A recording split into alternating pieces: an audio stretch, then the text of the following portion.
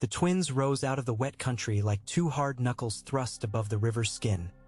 Their squat towers banded in damp lichens, banners hanging like tired tongues in the still air. They had the look of watchful old men with their backs to the world, the sort who counted coppers and kept score of slights. Sandor Clegane had seen stronger walls and richer halls and better men, but there was something about the place that set his teeth on edge. It wasn't the stone was honest. It was the laughter that wind carried from the halls, that brittle, tinny laughter of guests who had not yet realized they were in the wrong tale. "Keep your head down," he told the girl. She wore a boy's cap and a stained jerkin and had dirt under her nails better than any small hedge-born lad. But there was no disguising the quickness in her, the way she took things into those gray eyes and measured them as a wolf would smell the wind. "If you speak, speak little. If you run, I'll throw you over my shoulder like a sack and no more words about it." "I don't run," she said, barely moving her lips. "I'm faster than you. That why I caught you?" He grunted and nudged the shaggy mule along the muddy lane that led to the outer gatehouse. The smell of the river kept company with the stronger smell of too many bodies in too tight a place. Horse piss, smoke, men who'd ridden hard and washed not at all. At the gate, a fry sergeant eyed them over the spike of his beard. "Who goes?" "A man with meat for your cooks," Sandor said, knowingly patting the lumpy burlap bundles slung over the mule's back. "Roasts for Lord Walder's hall." "Where from?" "Lord, whose business is it if Lord Fry eats?" "The roasts are going cold." Behind the man, a thin, pale-eyed youth shifted his crossbow on the wall walk. There was laughter somewhere within, a tinny clatter of plate against table, the scrape of a chair. Music rose and fell, a fluted piping, a drum that hadn't decided which beat to keep. The sergeant scowled. "We provisioned the day before. What's your master's name?" "Yellow Teeth." Sandor smiled and let the scar tug at the corner. Let the man stare. "He cooks meat. He keeps his head down. He doesn't stand in a lord's gate flapping his lips while supper grows curious." "Yellow," the sergeant swore. "Take it to the kitchens round the riverward, but don't go up the inner bridge. Lads have orders." "What's under the second bundle?" "Bread." Sandor tugged the rope. The bundle shifted and the girl hunched, small as she could make herself. He shifted his weight so the sergeant saw scar, beard, and bad temper where curiosity might hunt. "Ever pull bread while it's hot? Burns." He held the man's gaze. The sergeant grunted and waved them through with a jab of 2 fingers. "Be brisk." The septon's droning already. "Brisk?" Sandor echoed, and led the mule past the gatehouse arch, under murder holes that opened like black mouths.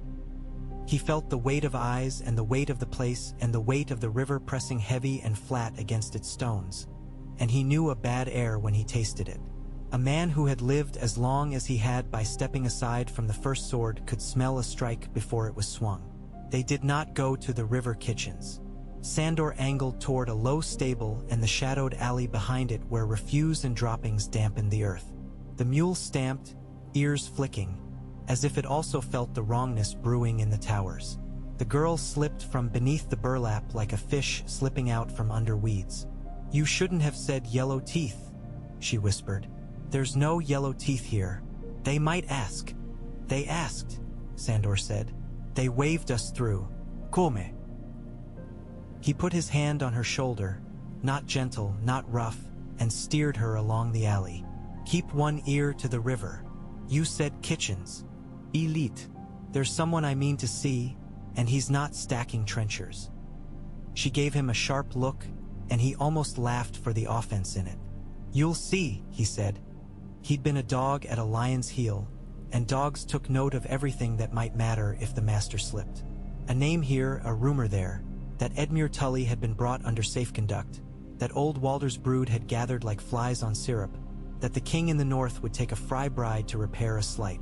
The hound had done service enough in King's Landing to know that when slights were repaired in public, men still watched for knives under the table.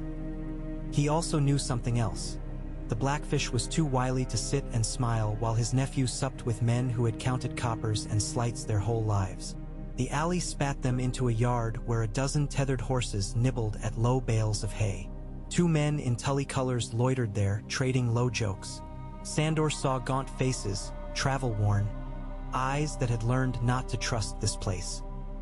He left the mule and crossed the yard with the girl's shoulder under his hand, and those two men shifted, hands to hilts, until he pulled back his hood. "Easy," he said. "I'm not here to fight you." Their faces went from wary to white. "Clegane," one breathed, as if he had spoken the name of a nightmare. "Sandor." The other was lean as a spear, his hair gone iron gray and his nose broken twice, once badly. His eyes were clear, though, and hard as the river in frost. What work would the Lannister's dog have at the twins? "The kind you don't want to shout to the yard," Sandor said. "Find whoever can still think straight under that roof. Tell him the daughter of Winterfell stands here breathing, and if he's half the man I think he is, he'll get us off these stones before they start to bite." They took the girl in with their eyes and saw a ragged boy. The taller one opened his mouth. She lifted her cap before he could speak. She did not smile. She did not wipe the dirt off her nose. She simply stood and dared them to say she wasn't the thing she was. The iron gray man swallowed. "SW. EET mercy," he said, under his breath, and then, louder, "Wait here. If you move, the wrong eyes will be the ones to see." "Wait too long and it won't matter who sees," Sandor said. But the man was already moving, a sparrow darting across a field where hawks circled. The girl looked up at Sandor. She had no tears in her eyes, only that fierce hunger that had kept her from dying 3 times over when softer children would have laid down and let the mud cover them. "You called me daughter of Winterfell," she said. "You are," he said. "Don't expect me to bloody curtsy." Her mouth twitched. "I wouldn't expect you to curtsy if a sword was at your arse." She glanced toward the towers, where the laughter had grown a shade louder, a sass of fiddle over the drum. "Do you think?" He didn't let her ask. He knew what she meant. "Do you think my mother is here? Do you think my brother will know me? Do you think anything can be mended with a hug and a good cry and a slice of meat that isn't gone greasy?" He put his hand back on her shoulder. "Listen," he said instead. There was music in the air. Little trilling notes dipped into the thick stew of voices. He had no ear for melody, but he had a soldier's ear for rhythms men march to. Something about the set of it was wrong. It put his teeth on edge like the first lick of a frost wind. The iron gray man came back with a woman, narrow-hipped under her dark blue cloak, her hair bundled under a scarf that did little to hide the richness of it. She moved quickly and stopped quickly, and when she lifted her head to look at the girl, there was the clean, flat blade of a Tully in her gaze. "Come," she said. "No questions. No noise." Sandor didn't ask how she'd moved through the halls without anyone noting her. There were half a dozen Tully women who knew how to move unseen where men were busy being seen. They passed along the backside of stables and under a gallery where women leaned to gossip, their sense of rose oil and nervous sweat following. They slipped across a narrow bridge used by grooms and scullions, not the grand stone span where banners drifted and the squirrelings swaggered. They fed like rats through a gap in a postern where the river had chewed the stone and where another hand, small and clever, had widened the gap with a chisel and patience. Inside, the light went dim and close, the smell of beeswax and old rushes fighting a losing battle with the smell of damp. The woman led them through 2 turnings of a passage, past a half-open door where a septon muttered and 3 fry girls snickered, and up a short stair that let them into a small solar lit by a tall slit window and 2 candles that hadn't had their wicks trimmed. There was one person in the room. Catelyn Stark stood by the window, her profile cut hard by the narrow slice of gray daylight. When she turned, Sandor saw a face he'd known from 1,000 whispers, Eddard Stark's lady, the one who had lived at the center of a northern storm and made a home of it for as long as a home had been possible. There was nothing of softness in that face now, only iron. And when her eyes fell on the child and the boy's things, and when the child pulled off the cap and let brown hair spill like old oak leaves, it was not iron that cracked. It was something old and deep, the kind of thing that never should break. The girl didn't run. She didn't fling herself at the woman with a cry. She took one step, then another. Her lips worked, and at last she said, "Mother." Sandor turned his head and pretended to study the cheap tapestries hung to keep drafts off the wall. Clegane crossed the room in 3 strides and gathered her daughter in. She was careful, as if she feared the weight of her arms would snap the girl's bones. But the care was not cautiousness. It was reverence, the way a woman takes up the thing she thought the river had swallowed. The child shook against her, but the shaking had no noise to it, no sob. Her back heaved, her fingers bit into her mother's cloak, and Cleglane's hand went to the back of her head, pressing it under her chin. After a long time, Clegane looked at Sandor. "Sandor Clegane," she said. Her voice had always been the river. Now it was stone and river over stone. "I know you. Everyone thinks they do. You took my daughter from the Brotherhood." The last word tasted wrong in her mouth. "They took her first," Sandor said, "and sold the boy she ran with to a red woman. I know the price of sorcery. I've seen the bill." The iron-gray guard murmured a warning, but Clegane raised a hand and he fell quiet. "You brought her here," Clegane said. "Why?" "Coin," Sandor said. "There's the truth, but there's other truths. The Riverlands is a bad place for wolf girls just now. The twins is no better, but I figured if I shouted the right names at the right stone, somebody with your look would come out of some hole and take her hand." Clegane tightened her arms around the girl. "You put much faith in my family's holes. I put what I had. You're moving pieces here that want to be moved. Someone told you I was at the gate. Someone braved a bridge in the wrong direction to fetch you. That takes a game." Her mouth twitched, half a smile, half a grimace. "I will pay you," she said, and Sandor saw how her fingers trembled as she reached for a purse hidden under her cloak. "Every copper I command. I will also put the river and the wolf on a paper that puts you under oath to my daughter. It isn't knighthood, if that pricks your pride, but it is a burden a man can bear. There are men who will respect a seal when they cannot respect a woman's tears." "I've no pride," Sandor said. That was not true, and the untruth sat sour in him. "But I won't be called sere for doing decent work. Put the wolves on your words. I'll take them." "A vow then," Clegane whispered. "You will swear to protect my daughter from harm, to keep her hidden from those who would trade on her name, and to deliver her safe to her kin. If you cannot deliver her to kin, you will deliver her to a heart tree and put her hand to it. You will not sell her. You will not trade her. You will not forswear her even if a king commands it." Sandor had stood before men who'd ordered him to do worse than break a vow. He'd obeyed them. He'd obeyed them because he had not had anything else that he believed in. He couldn't imagine bending his knee to 7 painted gods with candles at their feet, but he could imagine bending it to a thin scrap of stubborn northern girl refusing to be swallowed whole. He went down on one knee, felt foolish, felt clean. "I swear," he said, "by the cold that bites and the blood that burns and by every dog who ever held to a heel when he could have broken chain, I swear. I'll keep her until there's someone who has a better right." Clegane closed her eyes for a heartbeat. When she opened them, there was bright wet in them that did not yet fall. "I will write," she said. "Brynden must see this and Rob will." Her voice caught. She steadied it. "Rob will see. We will find a quiet way to return you to the camp. There will be time enough tomorrow to make it official before witnesses." Sandor felt the itch between his shoulder blades that he always felt in a room with no easy exit. "Tomorrow," he echoed. A little while later, in that same small solar, Cleglane's quill scratched against parchment like a mouse in a wall. She pressed seals with careful hands. She kissed the girl twice more, once on the hair and once on the dirt-streaked brow, and sent them out the way they had come. Out in the yard, the air had grown heavy. The drum found its beat, a slow, steady thump like a heart in sleep. The girl did not ask to go to the hall. She stood with the new sealed letter clutched in both hands, as if it were something that could heat the cold out of her bones. "Keep it under your shirt," Sandor said. "Paper breaks when it gets wet." "I won't let it get wet. Paper doesn't listen to little girls." He took it and tucked it flat between her undershirt and skin, the wax cooling against her breastbone. She stood very straight and did not complain. When he finished, he buttoned her jerkin slow, his fingers big and clumsy.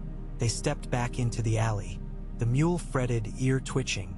Sandor stroked its neck and wished he trusted the world half as much as a mule trusted a thistle.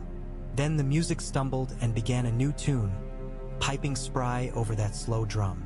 "Listen," he said again. The girl heard it at the same moment. The tune was wrong. A wedding had no business with that tune.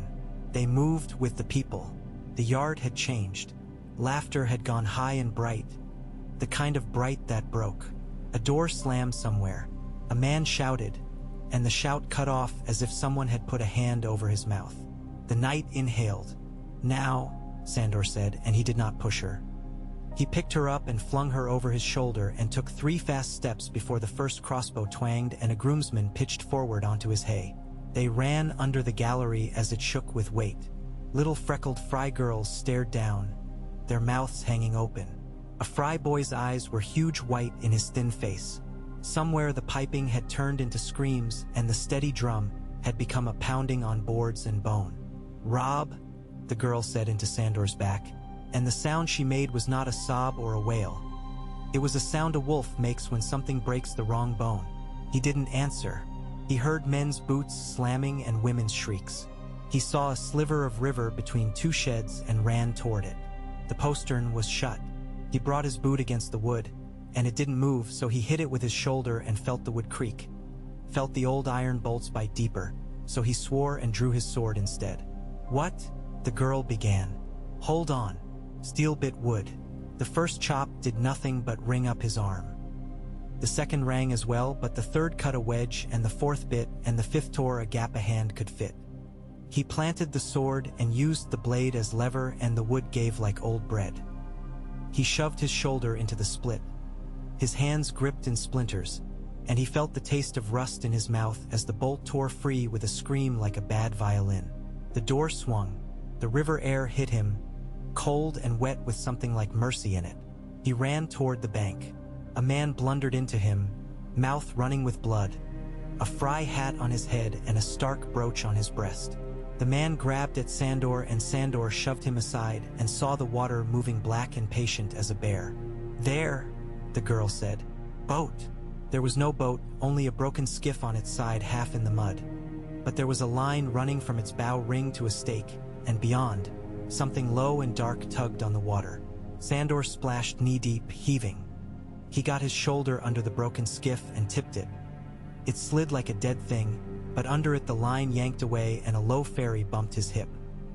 He flung the girl into its belly and crouched in after her, grabbed the line, and hauled hand over hand while the river tried to steal his feet. Bolts bit the night around them with insect whines. One struck the water between his knees and danced, a stupid, cheerful dance, before vanishing. He pulled until his arms burned, and then he was stumbling onto the far bank, dragging the ferry up among reeds. He didn't stop moving until the reeds ran to willows, and the willows ran to thorn, and the thorn ran to the soft belly of an old earthwork that had forgotten why it had once stood against men. Only then did he set the girl down. "Wait," he said. His breath sounded like a bellows. His arms were ached out to the bone. The girl did not move. She stood, wild and fixed, listening backward across the river. Through the tree lace and the night they could see the hall glow and the towers burn with light, and hear, faint and fainter, a scream that seemed to pry pieces out of the dark. It amazed Sandor that anything human could make a sound like that and not split the world open. When it dimmed at last, the night seemed large again. The river ran its business. The frogs had never stopped singing. The girl said nothing. Her mouth was a hard line in a small, dirty face. She sawed on it with her teeth, the way she worked every bad thought. He watched her for a time, long enough for the burn in his chest to settle. Then he said, "You saw her." He did not put a question in it. "The woman I brought you to. You saw her." She nodded once. "You saw enough for your heart to know what your eyes saw." He wouldn't snatch hope out of her hands, but he would not put poison in it either. "We are going," he said. "We are going now, because there will be men with cold hands and hot steel on this bank soon, and they will be killing anything with breath." He didn't put his hand on her shoulder this time.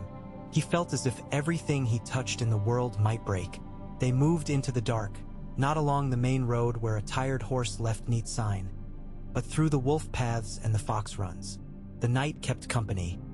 Mice in the grass, an owl that watched him without care, the little hushes of water burbling through old cuts. Once a hare crossed the path close enough that he could have put his boot on it.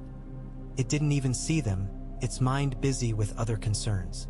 When dawn made a paste of the eastern sky, he found a hollow under a fallen beech where the roots made a sort of roof and the earth was dry. He didn't light a fire. The girl would have wanted one even if she'd never say it. But his hands would have shaken if he struck flint, and the first lick of flame might have made him remember too much. He slept in snatches. In one snatch, he heard the girl whisper names into her sleeve, a murderer's lullaby told to the meat of her arm. He didn't ask her to stop. If a child can't sing herself to sleep, the world needs mending. The next day they moved farther north and east, skirting villages where crows perched bold on thatch in full daylight. Sometimes men rode the lanes in bunches of 4 and 5 with spears like hedgehog quills in their fists. Sandor knew those men. He knew the stink of them and the set of their shoulders. They were men who had been told the law was whatever they liked, and that a lord would call it a favor when they were done. He didn't let the girl look too long. He showed her tricks instead. How to walk with your heels soft, not the skull-brained clomp of boys. How to drink from a leaf cup to catch dew and not choke yourself on river like an idiot calf. How to keep your blade in your belt and your hands empty when men in steel rode by and called your father names with their eyes. When she wanted to talk, sometimes she spoke about wolves. He didn't tell her he believed her. He didn't say he didn't. He'd seen men bleed out on a field thinking their mothers stood over them when it was only a crow and the sun. He'd also once seen a child bite through a man's cheek and smile afterward. Belief had its uses, whatever its subject. "Do wolves know names?" she asked once, picking burrs out of her socks with the kind of patience she never showed people. "Dogs know whistles," he said. "Maybe that's all names are." Her mouth made that stubborn line. "Nymeria knows my name," she said. "She knew my brothers. She knew Winterfell's. She knows Fry." He didn't tell her that a wolf knowing Fry was a problem a wolf could solve right enough, one muzzle at a time, and that men would call it horror because they didn't like other mouths doing what theirs did. He only told her to pull the burrs out before they worked into blood. On the 4th day, he found a farmhouse with smoke rising from it and no cows in the yard. He didn't like the look of that. He liked less the look of the girl in the doorway, standing with both hands on the doorjamb like they were holding her up. She had shoulders like a reed stalk and a mouth that looked like a cut. "Food?" she said when she saw them. "If you've got coin." He took the flour. "Who took the flour?" Sandor asked. "The man in the red cloak," she said. "He said he was a sergeant. He said he would return if I had more flour." "Do you have flour?" "No," he said, "but I've coin and I won't be back." He bartered and got 2 wedges of cheese and a sack of onions and a handful of stale oatcakes, and he left the coin and one of his good knives. The girl told him she couldn't use a knife. He told her she could if her hands weren't afraid. He put it in the door lintel where she could see it every morning when she woke and every evening when she lay down. "If he comes back," he said, "put that in his red cloak where it meets his belly and twist, or run to the hedgerow and wait till he leaves and then move. Don't stay 2 nights in the same bed when a man like that has been. He has a nose for beds." On the road again, the girl he was guarding said, "You left a knife." "She needed one. You have one." "She needed a knight too." "She did," he said. "Sometimes all a girl gets in this world is a knife."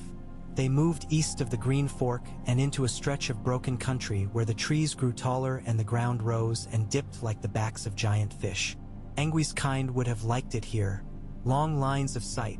Sons with bows could make a lord on a horse think thrice. They met the brotherhood there. Men appeared as if the earth had burped them up. 2 behind a log, 1 behind a tree with an arrow on the string, 1 right in front of Sandor with a wooden cudgel and a grin that said he wasn't paid enough to be brave but was paid enough to pretend. Sandor's sword was in his hand without him thinking. The girl's breath warmed his back. "You lot never tire of being fools," Sandor said. "Times changed. said the man with the cudgel. His ears had been frostbitten once. The tops were gone, and what was left was red and tender. When they did, we changed with them. Drop the steel. The girl stays where she is. The girl, Sandor said, is my lady.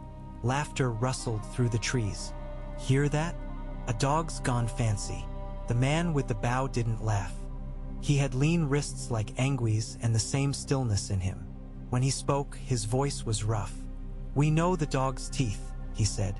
We also know that men who run from kings sometimes do one decent thing before they die. Drop the sword. Sandor lowered the point not all the way. The Brotherhood would kill him if they wanted to. He'd take 2, maybe 3, and then there would be arrows, and this thin girl would have blood all over her and a new song to sing to her sleeve at night. He had no intention of giving her more names. You sold the boy you had, he said to the trees. Sold him to a red woman. You want me to believe you've grown a conscience. A man stepped out of a deeper shadow. His hair was wild, and he wore a novice's robe slung open to show a leather jerkin stained with beer and old wine. Conscience is like a cloak, he said. A poor man begs for one so he doesn't freeze. A rich man wears one so you can't see his knives. We've enough knives today. Bring the girl. The man with the cudgel reached for her. Sandor lifted his sword again, very slow, so there'd be no surprises. She goes nowhere without me. The man in the novice's robe lifted both hands. Peace, he said.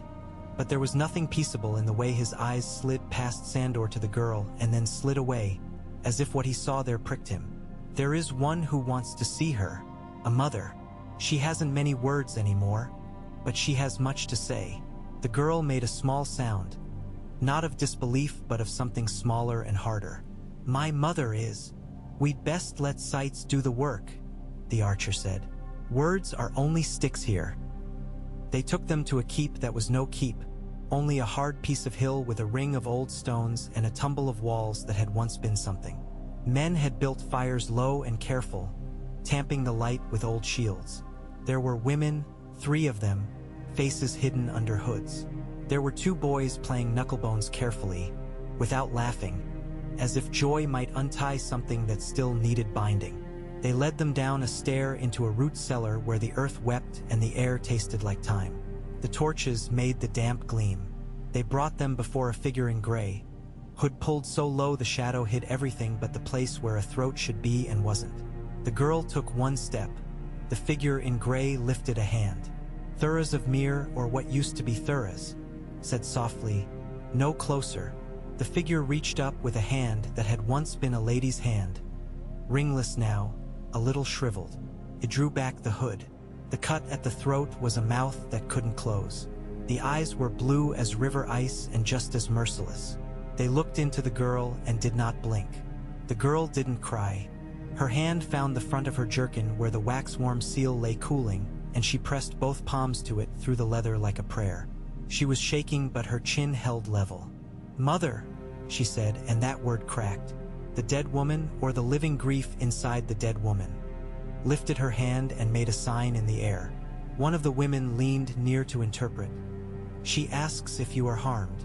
No, the girl said. She looked at a woman who was not a woman anymore and spoke to a place where a river had pulled somebody down and the river had not let go. I'm not hurt. I got out. The blue eyes moved from the girl to Sandor. A kind of wind moved through the cellar then, a shiver through torches, a sense that a thing had reached and been denied. He is under seal, the archer said. He's sworn. He is a dog, said the man with the cudgel.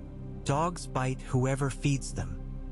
The dead woman drew her finger over the gash in her throat. It was not a threat or a promise. It was a judgment. This I have endured. What have you? Sandor went to his knee without being asked. The cellar floor was damp, and the damp came right through his breeches to his skin and then into the bone. He set his sword down and put his naked hand on its blade. I took her from your brotherhood, he said, and the word tasted like sour beer. They had her and they meant to use her, and I had my own uses, but I swore after to her and to her mother. He caught himself because to say mother in that room was not a light thing. To her lady that I'd keep her. I don't like oaths. They go to rot faster than meat. But I made this one and it hasn't rotted yet. If you want me to break it, kill me. You can do that. Try to take her while I'm breathing, and we'll see who dies first." The woman in gray didn't move for a long time. The torch made a small sound, the way fat will crackle in a pan. At last she lifted her hand again. She says, Thuraz's voice broke. He took a breath, steadied it. She says if you have sworn to the girl under her seal, then she will bind you tighter. She says this world has become a rope of lies, and another knot cannot make it worse. A rope was brought, a simple thing of twisted hemp. The dead woman took it and tied it around Sandor's sword arm with careful fingers. She tied 3 knots, one at his wrist, one at the place above his biceps where the muscle lay hard, one between. Her hands shook only once. When she finished, she touched the girl's face. It was not gentle. It was a press, as if the fingers would leave a shape time couldn't rub away. Then she pulled her hood back up and turned like a boat turning in a slow river. The seller breathed in again. They did not keep them. This surprised Sandor. Had he been the one with dead eyes and a rope for a heart, he would have kept the girl under lock and blood until the world ended or someone wiser than he spoke sense to him. But one of the hooded women led them back into the night, and Dee put hard bread and dried fish into Sandor's hands. The archer tugged at the knots on Sandor's arm, as if to test if they were real. "That rope will burn if you hold it to a candle," he said. "It isn't magic, but you'll have to cut it to break it, and there are boys with long memories who'll see that as a kind of victory." He smiled without humor. "I like a man with a rope on him. Reminds him he's not walking alone." They walked out under the trees with the rope itching and the fish stinking like the low tide at King's Landing. The girl didn't speak until the last of the Brotherhood's fires were dim behind them. "Was it her?" she asked. "It was what was left," Sandor said. "She can still do things. She can make men obey. That's like Mother." The girl's voice went small. "Do you think she hurts?" "I think if she does," Sandor said, because he would not lie when there was nothing to be won by it. "She likes it. I think what's left of her likes having something to push against." He thought of Caitlin Stark in the narrow room with the tall slit window, quill scratching, lips set, refusing to let her hand tremble when she pressed wax with a signet. He wondered whether the eyes in the cellar had remembered that woman or only the water and the betrayal, the sound of a tune that ended wrong. They went north and east until the trees thinned and the air took on the wet mineral taste of the neck. Midges rose in clouds, and something laughed in the reeds at night. Sandor had no love for the swamp, but the swamp had some love for him. On the second day, 2 little men with green-gray faces and mud up to their thighs drifted out of the reeds as if they were made of them. Their hair was braided with shells and their spears were long and barbed. "You're a big one," said the taller, and his smile showed a gap where a front tooth should have been. "Men like you sink well." "I don't aim to sink," Sandor said. "I aim to cross."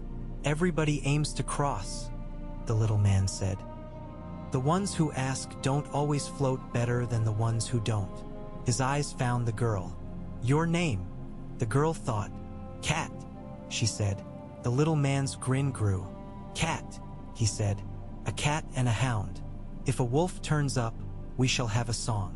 Another figure rose out of the reeds behind him. A woman with hair slicked to her skull and eyes that had a trick of seeing a thing and the thing behind it. She studied the girl for a long time, then tapped her spear but twice on a half-submerged log. "He smells of kings," she said, meaning Sandor. "I smell of men who wore crowns," Sandor said. "It washes off. The stink of slaughter doesn't. You'll find that on my boots too. I'm not fearful to say it." She smiled quick, a bright thing that flashed and went. "You don't lie well. That may serve. Come then. We will show you footplaces where the mud holds and water is only water. If you step wrong, the crannig will keep your bones. The frogs will keep you company while the eels chew you.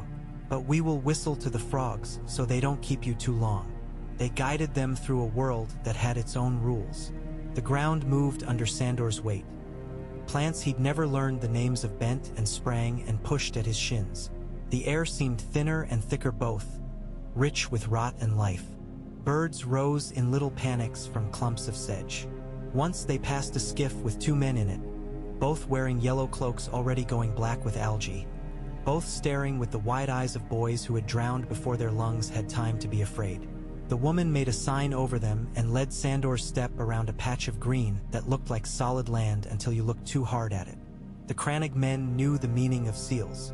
They took the paper from the girl with careful hands and studied the wolf and trout impressed in the red wax. They nodded at Sandor's rope. "Tied a good knot," the gap-toothed one said. "That knot keeps well in wet. Wise knot for here." "Where are you taking us?" Sandor asked. The mud pulled at his boots like a child. "Ahead," the woman said. "No one comes to this country unless the country wants them. No one leaves unless the country is done with them. For you it is done. We are reeds. We bend and do not break. But we have friends who are stone, and their walls have needs and their needs have names." "White Harbor," Sandor said. "Or the wall." "Names," she said, and said no more. They delivered them at last to a spit of land that was almost land. A place where birches leaned like women washing their hair, and the ground had enough firmness in it to hold a horse if the horse had sense. There was a boat there with a patched sail and a man with a beard like rope ends under a hat that had seen better weather. He looked Sandor up and down and spat into the water between his feet. "North," he said. "All you need to know. I don't fight if I'm boarded. I don't argue with storms. I've no liking for dead men who walk on the water. If you've brought any of those aboard, we'll make our peace now." "No dead men," Sandor said. "One living girl." The captain's eyes slid to the girl and slid off again, as if they'd learned not to hold to anything that might be a debt. "Fine. We'll run the coast. Best stay low when we pass places where men think they have a right to watch the sea." They set sail on a tide that pulled like a big animal on a leash. The boat smelled of old fish and old sweat and of oil rubbed into wood to keep the wood from complaining. The girl took her place under a tarpaulin and watched the sky through a tear in the canvas and said nothing. Sandor put his back against the boat's side and watched the water be water. He did not like water. It moved wrong under you. It went about its work no matter what men did. He didn't sleep. When he closed his eyes, he heard drums and saw bolts make small cheerful dances in the water and felt a rope itch against a scab. The boat creaked. The sails made a sound like mend. "The wings." They made White Harbor at dusk 2 days later, coming in with other little boats that had pretenses, like a fish pretending it hadn't been in a net. Sandor had never seen the Mander before. It was a big, sensible river with banks that were not trying to be something else, and the city that sat at its mouth was a sensible city. It had walls that looked like walls and towers that looked like the work of men with thick fingers and plenty of stone to hand. It smelled of fish and manure and baked flour and tar. It smelled of life. It surprised him how much it hurt to smell that after so long. They were stopped at the quay by a man in a brown cloak with a badge on his breast that said he was allowed to ask questions. He had the patient eyes of a man who had seen every trick twice. "Names," he said. "Sandor Clegane," Sandor answered.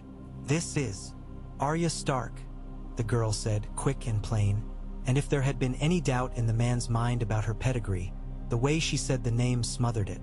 "I have a letter with seals. My mother made it." The man with the badge took the paper. He studied it. He whistled. "I can't read," he said, "but these are seals. Come on."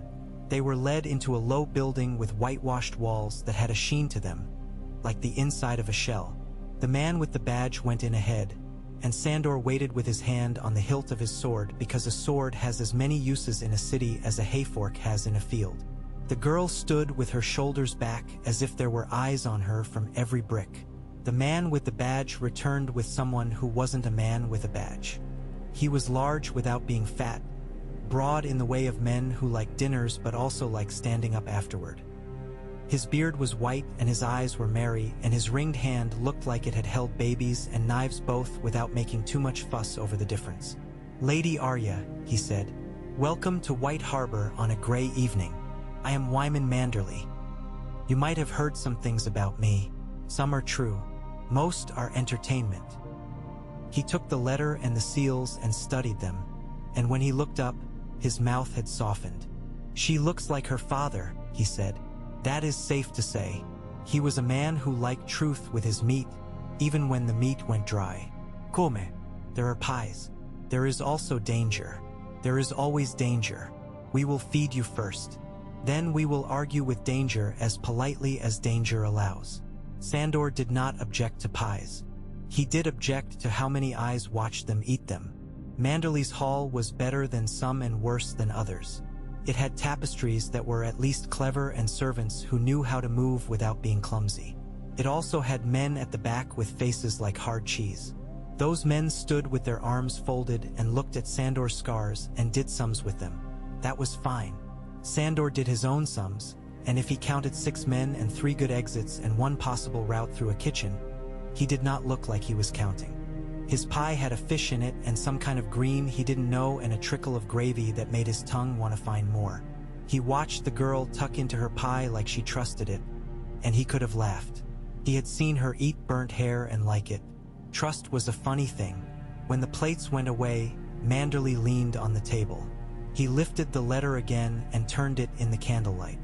"This is heavy paper," he said to nobody in particular. A woman pressed hard. She knew the value of the seal. "She did," Sandor said. "She also wrote the names. Names have a way of staying even when the man is ash and the sheep has stripped the grave." Manderley put the letter down and looked at Sandor. "Clegane, everyone says you obeyed lions because you feared fire. Everyone forgets to ask you if you obeyed them for any other reason." "I obeyed them because they had my leash," Sandor said. "Now this girl has it." He flexed his arm, rope not creaking under cloth. Wyman Manderley looked at the rope. He looked at the girl, who looked back, and for a breath she was not a child in muddy jerkin. She was the thing printed in wax, the thing men killed to control and ladies died to protect. Then she was a child again because her feet didn't touch the floor and she was trying to sit still and failing. "The Boltons hold Winterfell," Manderley said after a space. "They hold it in name and soot. They say they hold the daughter of Eddard Stark there, and that she is wed to Lord Bolton's get." His face did not change, but his eyes went colder. "We know a lie when it wears a dress and sits at our tables. We have been waiting to argue with that lie." The girl blinked. "They don't have me," she said. "They have somebody else. A friend of mine said they did that once, used a girl for a piece on a board." "Many men do that," Manderley said. "Some of them call themselves lords. Some of them call themselves fathers." He pinned Sandor with a glance. "Stannis Baratheon is in the north. He believes himself a king. He believes in papers. He believes in seals. He believes in children as letters sent to fate. He will want you, Lady Arya. He will want you even more if he learns you came with a letter from the Riverlands that bears your mother's seal. And you..." His eyes went to Sandor. "He may want you as well. A dog is a useful thing to bring to a hunt." "I'm not his dog," Sandor said. "I'm hers." He pointed with his chin at the girl. Manderley tilted his head. "That is well said. The Night's Watch stands between kings and their wants. They may not always succeed, but they stand. If you can get the girl to the wall, you will have put her under a roof that even kings pretend to respect. After that, well, I have heard a bastard there is a pretty good liar when it comes to obeying rules he doesn't love." His eyes brightened. "That bastard has Ned Stark's face as well." The girl sat up straighter as if a string had tugged her spine. "Jon," she said. Manderley looked at her and something very large and very soft moved behind his eyes. Grief, perhaps, or a kind of joy that knew it had an end. "I," he said. "Jon." They left White Harbor under a cloak of fog that smelled like boiled milk. Men in gray cloaks that didn't say anything escorted them to a knuckle of stone that jutted into the Bay of Seals, where a long boat waited with extra oars and a man with hands like knotted rope. Sandor was reluctant to put his feet onto another floating thing, but he did. The girl got in first and didn't look back. They rowed along a coast that made its own noise, seals barking, waves combing pebbles, long swells muttering. The nights were hard and the mornings were harder. They slept under tarps that went damp even when the day was bright. Once they came upon a place where the sea had bitten half a village and the village hadn't noticed yet. Women were washing clothes in a tide that was busy erasing their street. Sandor didn't like the way they stared through him as if he was a trick of light. At last, a black line drew itself along the edge of the world. It grew as they rode, picked up detail, took on ice and crows and the hum of something vast and cold, an organ pipe big enough to sing men into a grave. The wall rose. It was as if the earth had decided to wear a crown. At Eastwatch by the sea, the smell was salt and tar and a strange clean scent that Sandor could never learn the name of, only the feel. Like somebody had cut the fat out of the air. Men with black in their cloaks met them. Ordinary men in ordinary boots with ordinary hands. And Sandor's heart nearly eased at the sight of them. Even if half were thieves, at least the other half wasn't. "Name," said a beardless boy who was trying on a man's voice. "Arya Stark," the girl said, and lifted her chin, and the boy's eyes went big enough to swallow crows. Sandor gave his name as well and kept his hands visible. Ravens flew. Ravens came back with bits of ribbon and bits of news. A man with a bald head and eyes that didn't waste time asked Arya questions and didn't ask her any she couldn't answer. Another man with a face like a stone barn whispered in that man's ear, and Sandor saw a little crease form and saw it go. "Castle Black," the bald man said at last. "Lord Snow bids it. He says run, not walk." The words tasted odd on the air. Lord Snow. The boy with the scar underneath his curls had found a chair to sit in that would bite anyone who took it lightly. They rode to Castle Black on shaggy little horses that weren't pretty and didn't tire. The land unfolded under them like a piece of rough cloth. The sky moved slow and the light seemed thinner. Sandor felt the cold curl into his rope and nestle there. The wall above Castle Black was a blue-white thing that made your teeth ache to look at it. There were men on it who looked like ants if ants wore furs and carried spears and stared down at the world like it was an enemy they didn't understand. Sandor disliked walls he couldn't jump. He disliked the way wind went right through every seam he'd thought tight. They brought them to an iron-banded door. It opened on a room that was more fire than wood. The heat bit his face and the smell of pine pitch brought his old fear up out of its kennel. He swallowed it back. He would not let the girl see him flinch. He almost didn't recognize Jon Snow at first. The boy's face he'd known had a certain melancholy softness in it. Like a hill under snow you know will rise green one day. The man in front of him had traded that softness away for a kind of clarity. His eyes looked like things had passed through them and left marks. He came from behind the table the way a man comes to someone he cannot let himself love too much. The girl let him come. She'd learned that lesson too beatenly, that a person who really wants to hold you will be there whether you run or not. "Arya," he said. "John," she said, a breath and a word together. He held her then. He did not press too tight. He did not shake. They were both very careful, and then they stopped being careful and held each other like a long winter does when it finds a house with light inside. When they came apart, John's eyes found Sandor. He had a soldier's eye for edges.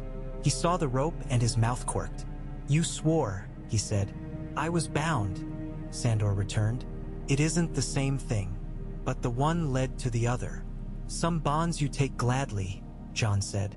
"Some are shoved on you. Either way, they hold if you let them." He looked at the paper. He looked at the seals. He looked at his sister. "You brought her to me. I don't have a better right. I also have rules. I won't break all of them. I will bend a few. You can sit down by my fire if you won't kick it over, hound." "Don't call me that," Sandor said, because reflex is a man's second nature, and John's mouth twitched again. They sat. They talked. Sandor watched the Night's Watch do its work around the margins of the talk. Boys carrying wood and water and bread, old men looking like old trees, tired men rubbing tired hands. He listened to Jon Snow explain about kings and queens and Boltons and Stannis Baratheon with his iron justice and his iron wants. He listened to Jon call himself Lord Commander without flinching and without liking it too much. "Stannis has asked," Jon said, "that I send a girl to Winterfell who looks like my sister. He means to make a marriage that will make the North listen. He wants to put a leash on the lie," Sandor said, "and call it truth." Jon's mouth made a bad-tempered line. Stannis wants to push men into the right shape. He doesn't care if they break doing it.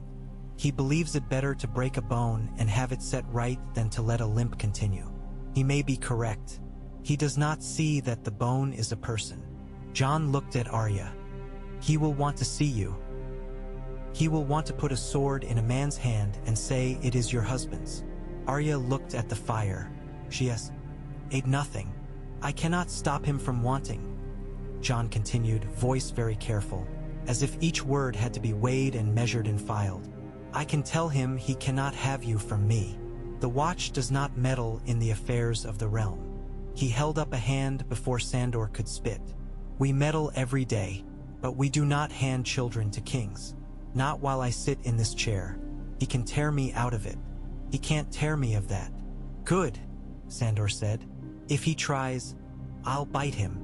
The door banged and a gust of cold slammed into the room like a ghost returning to a fight it had left unfinished. A man stepped in with a swish of wet fur.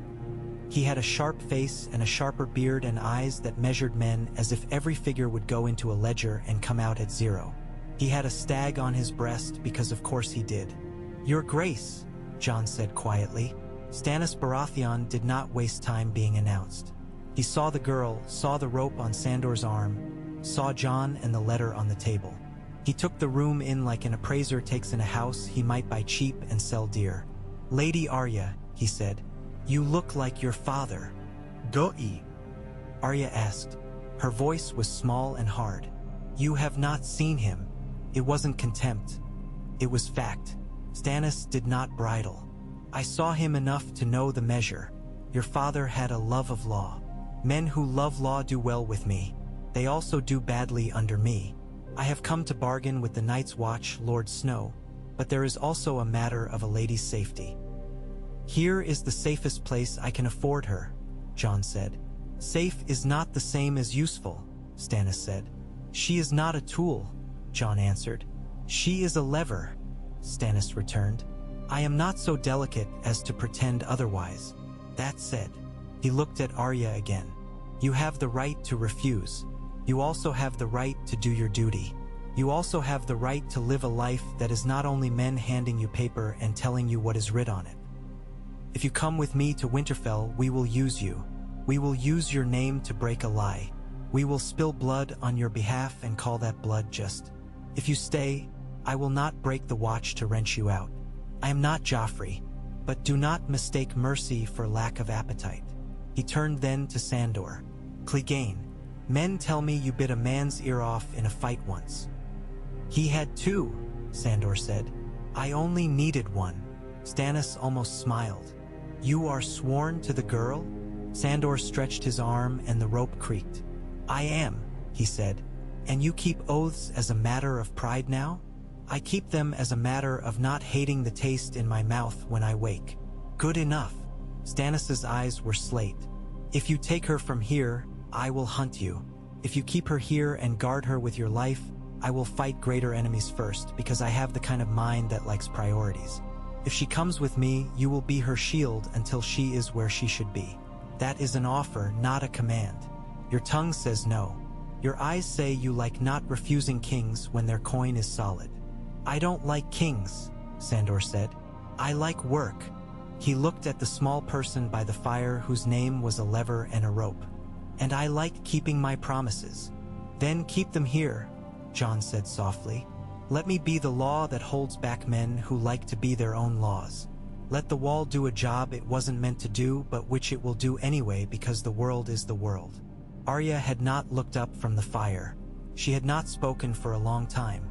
The men had been saying things over her head as if she were a table full of cups. Now she raised her face, and the firelight put a fox's stripe along the bridge of her nose. You can all argue about kings later, she said. I am tired. I want to sleep where there aren't knives in the songs. Tomorrow you can talk about me again. Then she stood and walked into the shadow with her back very straight. And Sandor stood because he would not let her walk even 4 steps alone in a room that had kings in it. She did not go far. There was a small room half behind the hall where a bed had been made poorly, sheets tucked with a soldier's attention to not wasting cloth, not with a mother's attention to tucking in toes. Sandor stood at the door like a carved post while she took off her shoes and crawled into the bed. She lay on her side with her hands tucked under her cheek like a child too small for the words spoken in the next room. He watched until her breath found a rhythm, and then he stayed because he had sworn, and because there were songs he could not get out of his head, and because sometimes a big man in a too small room is the right answer to a problem that has too many knives in it. He was there when the door eased open again and John slipped in with a blanket over his arm. The boy, no, the man, moved like someone who had learned to fear waking sleepers. He lay the blanket over the girl, careful not to jostle her, careful to tuck under the edge where the cold would crawl. He did not touch her hair. He did not kiss her brow. He looked at her the way a man looks at a letter he can't read but knows the meaning of anyway. "She dreams bad," Sandor said low. "We all do," John returned. "Sometimes we wake. Sometimes we don't." He glanced at the rope on Sandor's arm, and Sandor, reflexive as ever, lifted his chin. "She tied you, did she?" John said. "Our mother. She did and didn't." He flexed his hand. The rope didn't bind blood, only reminded. "It's not the rope that keeps me." "No," John said. "It isn't." They stood a while in silence, and the fire made little noises of rain. Outside, the wall creaked in the cold the way great trees creak in storms. Something cried far away, a thin sound that might have been a fox or might have been nothing. In the days that followed, Sandor learned the rhythm of a place that wasn't made for him and that he did not hate. He learned where the stairs down from the wall caught the wind and where the kitchen set the cauldroness. Oh, no one knocked it. He learned which men slept light and which men would stab you without waking all the way up. He learned where the girl liked to sit, on the step outside the rookery in the hour before the sun gave up, hands on her knees, eyes on the ravens as they went about their uncharming lives. He tried to teach her a new way to hold her knife. She tried to teach him to stand fire. "This is small," she said one evening, putting a candle between them and looking at it the way boys look at beetles. "It can't hurt you." "It can," he said. She considered. "It hurts me too," she said, "but not in the same place." The wall had other dangers than memory. Once, a man in furs came in with snow in his whiskers and a smile that had too many teeth in it, and Sandor put himself between that smile and the girl without thinking. The man sniffed and made a joke about dogs and meat. Sandor told him how he liked his meat cooked, and the man laughed and went away, but his eyes had measured the rope and scowled at it. Another time, 3 of Stannis' sellswords, men who had cut their hair straight and their beards crooked, cornered the girl behind the buttery and told her they had bets on how short her temper was. Sandor came up behind them and put his hand on the middle one's belt and lifted. The man made a fish face, his boots pedaled, and his friends hastened to remember other duties.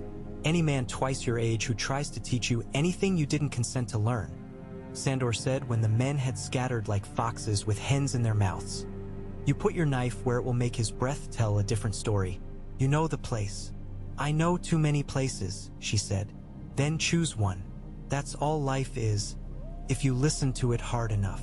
News traveled like cold through the wall, seeping into every seam. They heard of a woman in the Riverlands who had hanged a fry from a weirwood and left him sway as a new flag. They heard of a man in a yellow cloak found in a river with stones in his pockets and a smile on his face, as if he had liked the weight.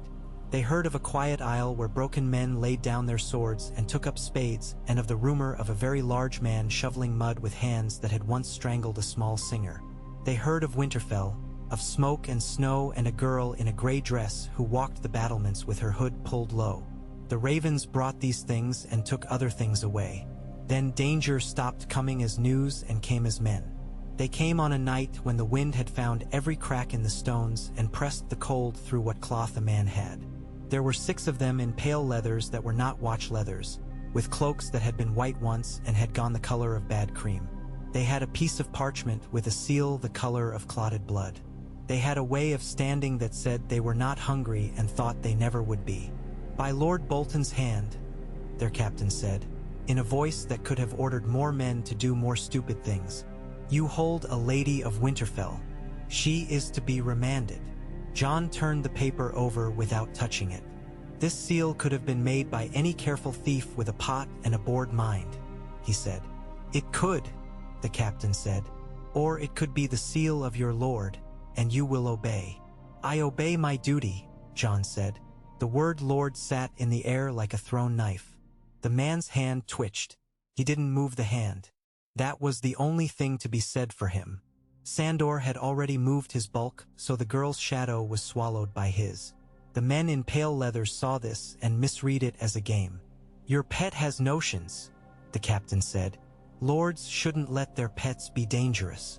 I've never been a lord, John said. But I know this much.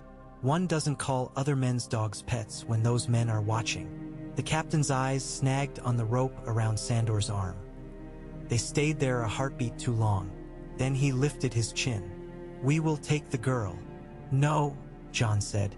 That could have been the end of it if the captain had done the math correctly and counted how many men would come out of the shadows if he moved. He didn't. He took half a step and Sandor's sword was in his hand before the man's foot fell. The movement made a candle flame leap and the light played across scar and steel in a way that made some men in the back remember mothers. I bite, Sandor said. You will not like the bite. You cannot keep her, the captain said, but his voice had gone too thin. The law, John said, and there was a tiredness in the way he said it that made Sandor think of Caitlyn's hand on parchment. Is complicated. The wall is simple. You will sleep in the stables tonight, and in the morning you will go back to your lord and tell him that the night's watch has no daughters to hand him. You cannot stop us, the captain said again, different now, smaller, less convinced. I can, John said. I can also have you killed and call it the law. I would rather you went. They went. They left behind a sense that danger had considered a room and decided to try another door. That same week, a different kind of fire came. It wasn't light. It was heat, the kind that goes underground and eats at wood from within. A candle left too near a curtain in a small corridor behind the rookery found cloth and found old dust. And then the wall had a dragon inside it made of air and mistake. The cry went up quiet. A private, embarrassed alarm, and then loud when the smoke found men's throats. Sandor smelled it first and wanted to run and did not run. He went toward the smell. That was what he had, after all, that he could go toward the thing he hated most when the thing he liked didn't call as loud. The corridor was narrow and the smoke lay along the height where a man's head annoyed it. He went low. Men had buckets. Men had blankets. Men had panic. He had a rope that itched and a girl who would be looking. G for ravens. He found her coughing, eyes streaming, near the stair with a boy in a black cloak slumped on the last step. Get out, he said. I'll help him, she said, and of course she would. I'll help both of you, he said, and he took the boy and slung him over his shoulder the way he had slung her once. And she took the bucket, ridiculous as that was, and they moved together not quickly because speed and smoke kills quicker than fire does. The world shrank to the place in front of his face where breath happened. The world shrank to a girl's hand brushing his knee to say she was there. They came into the open and the air took him like a brother. He put the boy down and the boy threw up and then began to cry in a soundless way that said he would live. The girl set down the bucket and it rolled and spilled like a drunk spilling a secret. Sandor sat down and let his hands shake. He looked at the candle that had started it, a small thing guttering, ridiculous. It had tried to kill him in a dozen dreams. He'd carried a river on his back to get away from it. He looked at it now and it was only a candle. The girl sat down beside him. She was coughing but she was smiling. A small, hard smile he had a preference for over any other. You went into it, she said, wonder sliding around the words as if to accommodate itself to a new space. I'll always go into it if you're there, he said, and he would have been more careful if he were a careful man. But he was not, so he said it. They settled into a kind of life. It was a life built of wood that creaked in the cold and of bread that sometimes looked like yesterday's bread and of men who were not good and did not pretend. It was a life where the girl learned to shoot a short bow until she could put 2 arrows into the width of a man's palm at 20 paces no matter how her fingers throbbed from the chill. It was a life where Sandor learned to breathe smoke and not break and learned where the cook hid the good salt and learned that if a raven liked you once it would like you afterward because ravens had small, stubborn minds. News changed. It always did. Stannis went into the snow, and the snow swallowed his banners and then coughed up rumors. The Dreadfort spoke in letters that dripped with its master's peculiar courtesy, and the letters came to Castle Black on thin parchment with seals that looked like bitten lips. Wyman Manderley hosted feasts that had pies, and some said the pies had songs inside them that didn't sing with human tongues. The girl in the gray dress walked in Winterfell, and maybe it was Arya and maybe it was not. The Riverlands hung men with certain names from trees with certain leaves and considered that a kind of arithmetic. Crows learned new words. They were not fancy words, but they said them often. Then one morning a raven came pecking at the glass so hard it seemed it would break its beak. The bird had flown through weather that had polished its feathers with ice. Its eyes were mad with its errand. The message it carried was plain enough once they asked the right boy to read it twice when his lips stopped moving. Winterfell, Jon said. He had lines on his face that hadn't been there when Sandor had first seen him by the fire. There is a girl there who shouldn't be. There are men there who shouldn't be. There is also a man I know in a way that makes my life a riddle. He asks for help. He asks that I do what a Lord Commander cannot do. You've done other things, Sandor said. Those were mistakes, Jon answered. This would be a sin. It is a small difference to the men who make lists of my errors. It is a large difference to me. He looked at Arya. You shouldn't be here to hear this. I should, she said. If there is a girl under a hood with my name on her, and they've tied it around her neck, you can't keep me from hearing about it. No, Jon said, quiet again, tired again. We go, the girl said. We get her. Jon lifted a hand. We do nothing we cannot do. We are men under vows. We are a girl under the world's appetite. We cannot take the wall to Winterfell. We can send a whisper. Mance Raider, Sandor said, tasting the name as if it might be poison or might be good hard bread. Jon didn't answer, which was answer enough. The plan that was not a plan was simple and complicated both. It involved a singer with a bad mouth and a better memory, some women who were not what you'd think and were precisely what the Snows needed, and a chance. It did not involve Sandor Clegane because he was too big to be a shadow and because Ramsay Bolton would smell him like blood. It did not involve Arya because someone had to stay alive in the right place to make the right claim at the right time. She did not like this. He could tell by how she sharpened her knife with more attention than the knife needed. You can't go, she told him. You're sworn to me. I am, he said. That's why I'm not going. The vow says I keep you. It does not say I keep you happy every day. She looked at him with a kind of wild gratitude that made him want to laugh and to run and to hit someone who deserved its schooling. If they hurt her, she said, I'll put them on my list. Your list is too long, he said, and when she smiled, it was not a pleasant smile. Mance went. The world held its breath. Men spoke quietly in corners, and even the ravens called less, as if the cold had taken the habit out of their throats. 3 nights later word came the way word comes when men do things they weren't meant to do. Quietly, through men who should not know and did. A girl in a gray dress had slipped out of a gate with a singer and 6 women in furs. Then the snow had swallowed them or delivered them east or west or back into their names. Jon bent under the weight of what he had done. He did not show it, except to the fire. Sandor stood in doorways with his arms folded and his sword at his back and watched for men in pale leathers who ked to wave bits of paper. He learned the names of their faces and put plans to each. He watched the girl practice with her short bow until the tips of her fingers bled, and she swore at them and then laughed at herself for swearing because swearing didn't solve blood. He watched the ravens teach her how to love an ugly thing. Winter deepened. Snow made a new wall of its own beyond the wall that had always been there. The wind sang songs nobody liked. The world went white in a way that made men use more wood and more patience.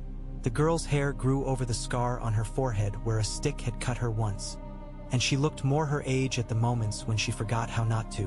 One evening, after a day of shoveling and a night of not sleeping nearly because of the cold's joke and a morning of porridge that had more water than oats, Sandor came upon her standing at the base of the wall with her hands splayed on the ice.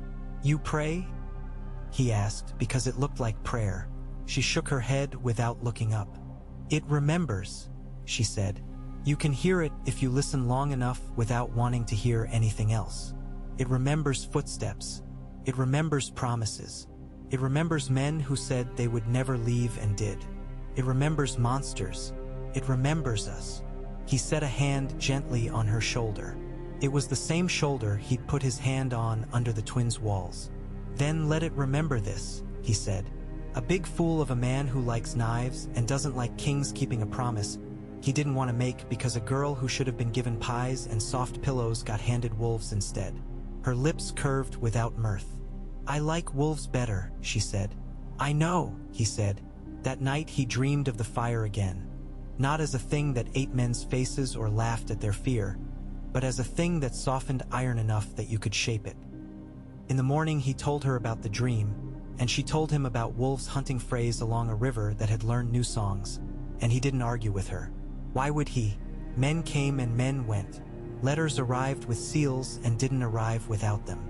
The wall stood because that's what it did until the day it didn't. The dog kept the girl because that's what he did until the day he had to do something else. The girl learned to love ugly things because ugly things had saved her life too many times not to earn it. There were days when Stannis sent a messenger and days when he didn't. There were days when Jon was Lord Commander, and there were days when he was only a boy who had known an honorable man as a father and had decided to live like that no matter how much it ruined his ease. There were days when Arya spoke her list and days when she put it away like a toy not meant for winter. There were days when Sandor stood with his hand on the rope and hating it, and days when he didn't mind because it reminded him that what he was doing had a name. Once, in a quiet space that opened somewhere between a falling snow and a rising wind, the girl asked him, "What will you do when I don't need you anymore?" He thought, and he did not lie to her. "Find another thing that doesn't need me and stand by it," he said. "Or I'll sit on a hill and let the sun make a fool of me until I don't mind being a fool. Or I'll find a place where men don't have eyes like knives when they look at me." "There isn't such a place," she said, not cruelly, just as fact. "I know," he said. It was a nice thought to think. Even dogs think nice thoughts sometimes, under their bristles. She put her hand, small, wind-chapped, over the rope knot at his arm. "You don't have to be only what other men called you." "I know," he said. "That's why I'm here." He remembered the two seals pressed against the cheap leather over her heart and the way she had stood very straight so he could tuck the paper in without tearing it. He remembered the sound a man makes when a crossbow bolt stops him from saying a thing he always meant to say someday. He remembered the river and the willows and the way a dead woman's hand had shaken only once. He remembered a king who didn't smile and a boy who had learned to be a commander by pretending until he wasn't pretending anymore. He remembered that he had bent one knee to a small person and not hated it. When the call came 2 winters later, when messengers came lurching into the yard with the look of men who had made bargains with cold and nearly lost, the wall had to choose again how it would be itself. The Bolton's grip had loosened. The North had remembered things it had pretended not to. Wolves had run in packs. Freys had found rope. Stannis had done what he could do until he could do no more. Manderley had fed men and buried secrets. Davos had walked into rooms and told truth and lived to tell it. And Winterfell had passed to new hands by ways men would argue about for years with ale in them.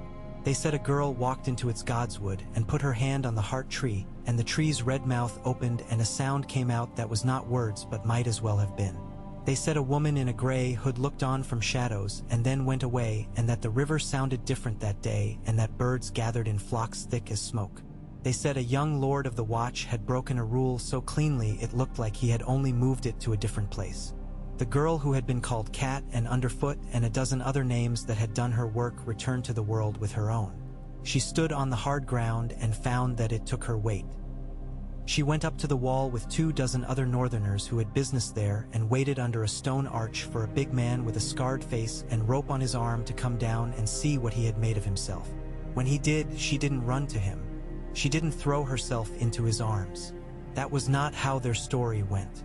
She stood there with her chin up and her eyes bright and a mouth that had learned how to smile without apologizing for the teeth behind it. "You did it," she said. "I kept you," he said. "And now I'll keep on," he said.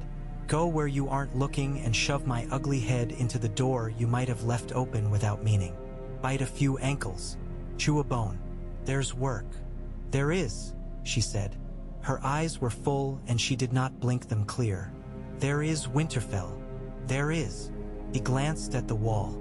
There is this too. We will need both, she said simply. He nodded. He had never been good with pretty words. He would never be. He had gotten better at not swearing at the wrong moment, at not letting the first bite be the deepest. That was a kind of grace. They walked out together to the yard where the snow had been tamped into a cobble by so many boots that it had learned to hold firm. Men saluted, some because of who she was, some because of how she stood, some because they had learned to like the sight of them together in the odd way men like anything that proves the world is not entirely what they fear. Sandor watched the child woman he had guarded lift her hand. He watched her gesture. Not grand, not a queen's, but not a child's either. He watched her speak to the men at the gate, speak to the men on the walkway, speak to the ravens if she wished. He had kept a vow. It had not redeemed him because men like him do not get redeemed. They get work. That was enough. When night came, he stood where he always did when thinking needed to happen. On the step outside the rookery where the ravens joked. The cold pulled at his rope and the rope answered back. He saw a candle in a high window and it did not make him want to walk into a river. It only made him want to find kindling and put it where it would do more good than harm. Below, in the yard, Arya Stark laughed. It was not a large sound. It did not change the world. It went up anyway, and men turned their heads toward it. And the wall listened in its thousand-year memory and, perhaps, did not mind.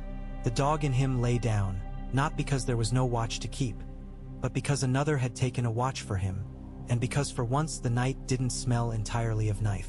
Where a good dog sleeps, good men have a better chance. In the morning there would be more names and more messengers and more cold. In the morning, kings would send letters and lords would make plans and boys would lie with more confidence than they should. In the morning, the world would go on being itself, hungry, magnificent, stupid. He would rise and he would guard and he would be what he had promised to be in a small room with a slit of light and a woman pressing wax too hard because she had nothing else left to press. For now, it was enough to let the breath go out and come back again, to listen to ravens be rude, to hear a girl laugh, to feel the rope itch and not cut it, to think of a river and a fire and a promise walked into like a winter you cannot walk around. Keep, he said under his breath. The word a hand on the door, the word his only prayer. Keep. Snow carried its own light at dawn, a dull sort of glow that came up from the ground and made the world seem lit from below. The ravens croaked in the rookery like old men clearing their throats, uncharmed by daybreak and unwilling to admit they'd be any happier when night returned. Men moved through Castle Black with the sluggish economy of winter, doing what had to be done and saving the rest for the part of their minds that remembered summer. Arya took her place on the step as she had done since it became a habit, knees drawn up, chin on them. She wore the short bow across her back because she liked the feel of it there more than she liked the feel of any cloak. It made her as tall as thoughts. She watched the ravens and thought of other birds, ones she had never seen with her own eyes. She did not look at the long blue wall of ice until she had to. Sandor came out with his shoulders hunched as if the cold had hands. He carried a bucket because it excused a man for being up too early. Buckets had their own reasons. He set it down beside her and sat without asking if he could, which was the only way he knew how to ask. He had a slice of bread in his fist that had picked up more smoke than flour. He tore it in half and gave her the larger piece without keeping track of the fact. She ate it without remarking on the gift. Ravens are ruder than crows, she said. Ravens are lords, he said. They like their words big and short and all at once. She glanced up at him from under the fringe of hair that had learned to grow for winter. Some lords like long words. They get drunk on them. You can smell it on their breath. I prefer ale, he said. Me too, she lied, and he didn't bother to call her on it. A horn blew once from the top of the wall, a sound that went through men's boots and up into bone. It meant nothing alarming. It meant there were men with breath left to blow a horn. It meant someone still remembered that a day had begun and whatever the day wanted, It couldn't have everything. John sent for them before noon. Men had learned to move more quickly when his name came to their ears. He didn't shout unless shouting would move a thing a whisper couldn't. He did not throw things. He did not bite. He pointed and men found themselves obeying because for once there was no flattery in the command, no vanity in it either. It was as if he had put a plank across a stream and said, "Cross." "There's been trouble at a holdfast south of the Long Barrow," he said when they came to him. He had a map with weights on the corners to stop it from curling. His finger tapped at a smudge that might have been a house once and was now snow pretending to be a house. "A family that we haven't seen in 3 months sent a boy last night. He ran until his shoes came off. He brought words and a tooth. The tooth lay next to the map. It was a man's tooth, black at the root, with a ring of a man's flesh still clinging to it, turned gray. "Whites," Sandor said. He tried to say it as if he were making a remark about weather. He failed. The word had crawled under his voice where fear kept a dog's bed. "We think so," John said. "Leathers will take 5. I want you to take 4 more. You'll go to the holdfast, you'll see what can be done, and you'll not be brave. You'll be clever." "You want the girl?" Sandor asked. He didn't lower his head when he said it. It was a question and a warning both. "She wants," Arya said before John could answer. "And I'm faster than cleverness." John rubbed his jaw in that way he did when he wanted to smile and knew better. "You'll go if you obey," he said. "If Sandor says run, you run. If Leathers says keep your head down, you keep your head lower. If the wind smells wrong, you pretend the wind is a lord and bow to it until it passes." "I'm not good at bowing," she said. "Practice," he said mildly. "Sandor." Sandor grunted. "Clever," he said. "Not brave." "Clever," she repeated. But the word sat in her like something she would take out later and file to a point.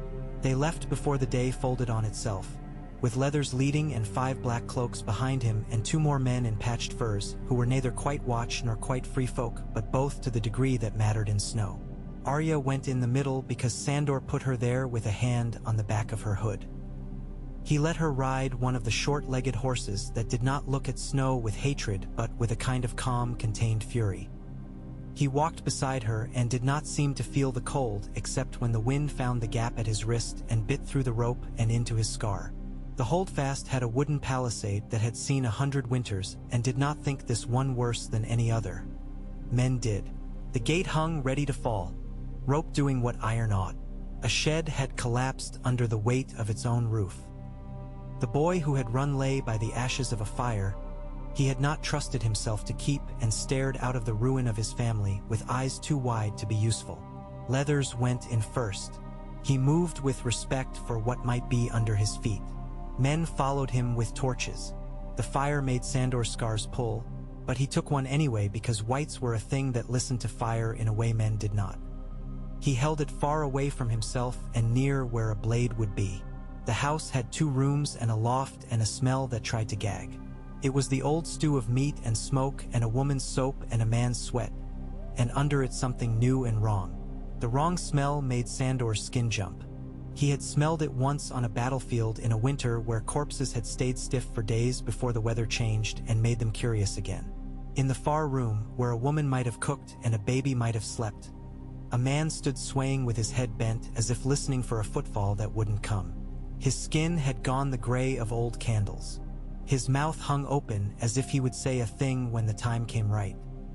His hands were raised halfway, not to ward off, not to welcome, but as if an invisible string had been attached to his wrists and begun to pull. Leathers made a sound. The man's head turned on his spine very slowly, as if the muscle had remembered late how to obey. His eyes had forgotten every lesson they'd ever learned. He stepped. "Fire," Sandor said, as if the word itself were an order.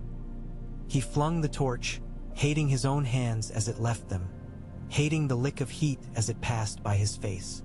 The torch took the man in the belly and made a little curtain of flame that clung like a lover. The man did not scream. He reached through the flame like a housewife plucking a kettle off too hot a fire and took 2 more steps. Leathers' spear went into the meat under his ribs and out through his back and made a second mouth there. The man did not mind. It was the torch that minded. It worked, burrowing, chewing, and after a long heartbeat the man went down. He did not go down like a man. He folded like a rope. Head, one of the free folk said gently, as if correcting a child's grip on a spoon, and Sandor stepped in with the hatred of fire still crawling his skin and took the man's head off in 2 chops. The second one went clean. The first had met some resistance he did not like to think about. They found 2 more in the loft, a woman and a boy who might have been the one they'd sent had they not needed the other for the errand of not being dead. The woman's hands were torn at the nails, as if she had tried to dig something out of something else. They burned them and cut their heads and burned their heads and tried not to breathe. When it was done, the house still smelled wrong, but at least it smelled wrong for a reason a man's mind could hold. Outside, Arya stood with the boy who'd run. She had given him the horse's blanket and spoken to him of things that did not matter. She had told him a story about a cat that had lived in Winterfell. She made the cat a liar and a thief. The boy had smiled without moving his mouth. "Where will you go?" she asked when Sandor emerged. There was ash in her hair, and he wanted to brush it out before the night could settle it. The boy looked at Leathers. Leathers looked at the sky and then at the boy again. "You come with us," he said. "You will be a hand that holds a rope on a wall until the wall doesn't need as many ropes anymore. After, you'll decide if you like walls." He nodded at Arya. "The little lady will put you to work if you don't." "I'm not a little lady," Arya said without heat. "I'm a little wolf. Wolves work." Leathers grinned with half his mouth. "Aye," he said. "Work you have." They returned to Castle Black in a hush that was not fear anymore. Not pride either. It was that space after a thing has been done where a man's mind does the counting he couldn't do while his hands were busy. The boy did. Not cry.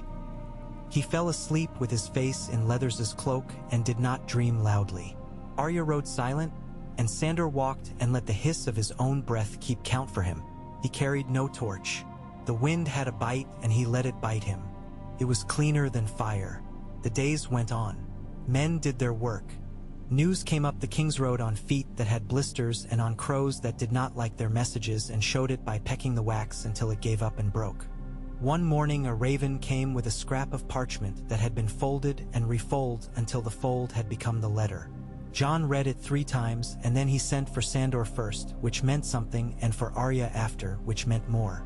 "Wyman Manderly writes in a way that makes any man think he's cleverer than he is," Jon said when they were in his chamber.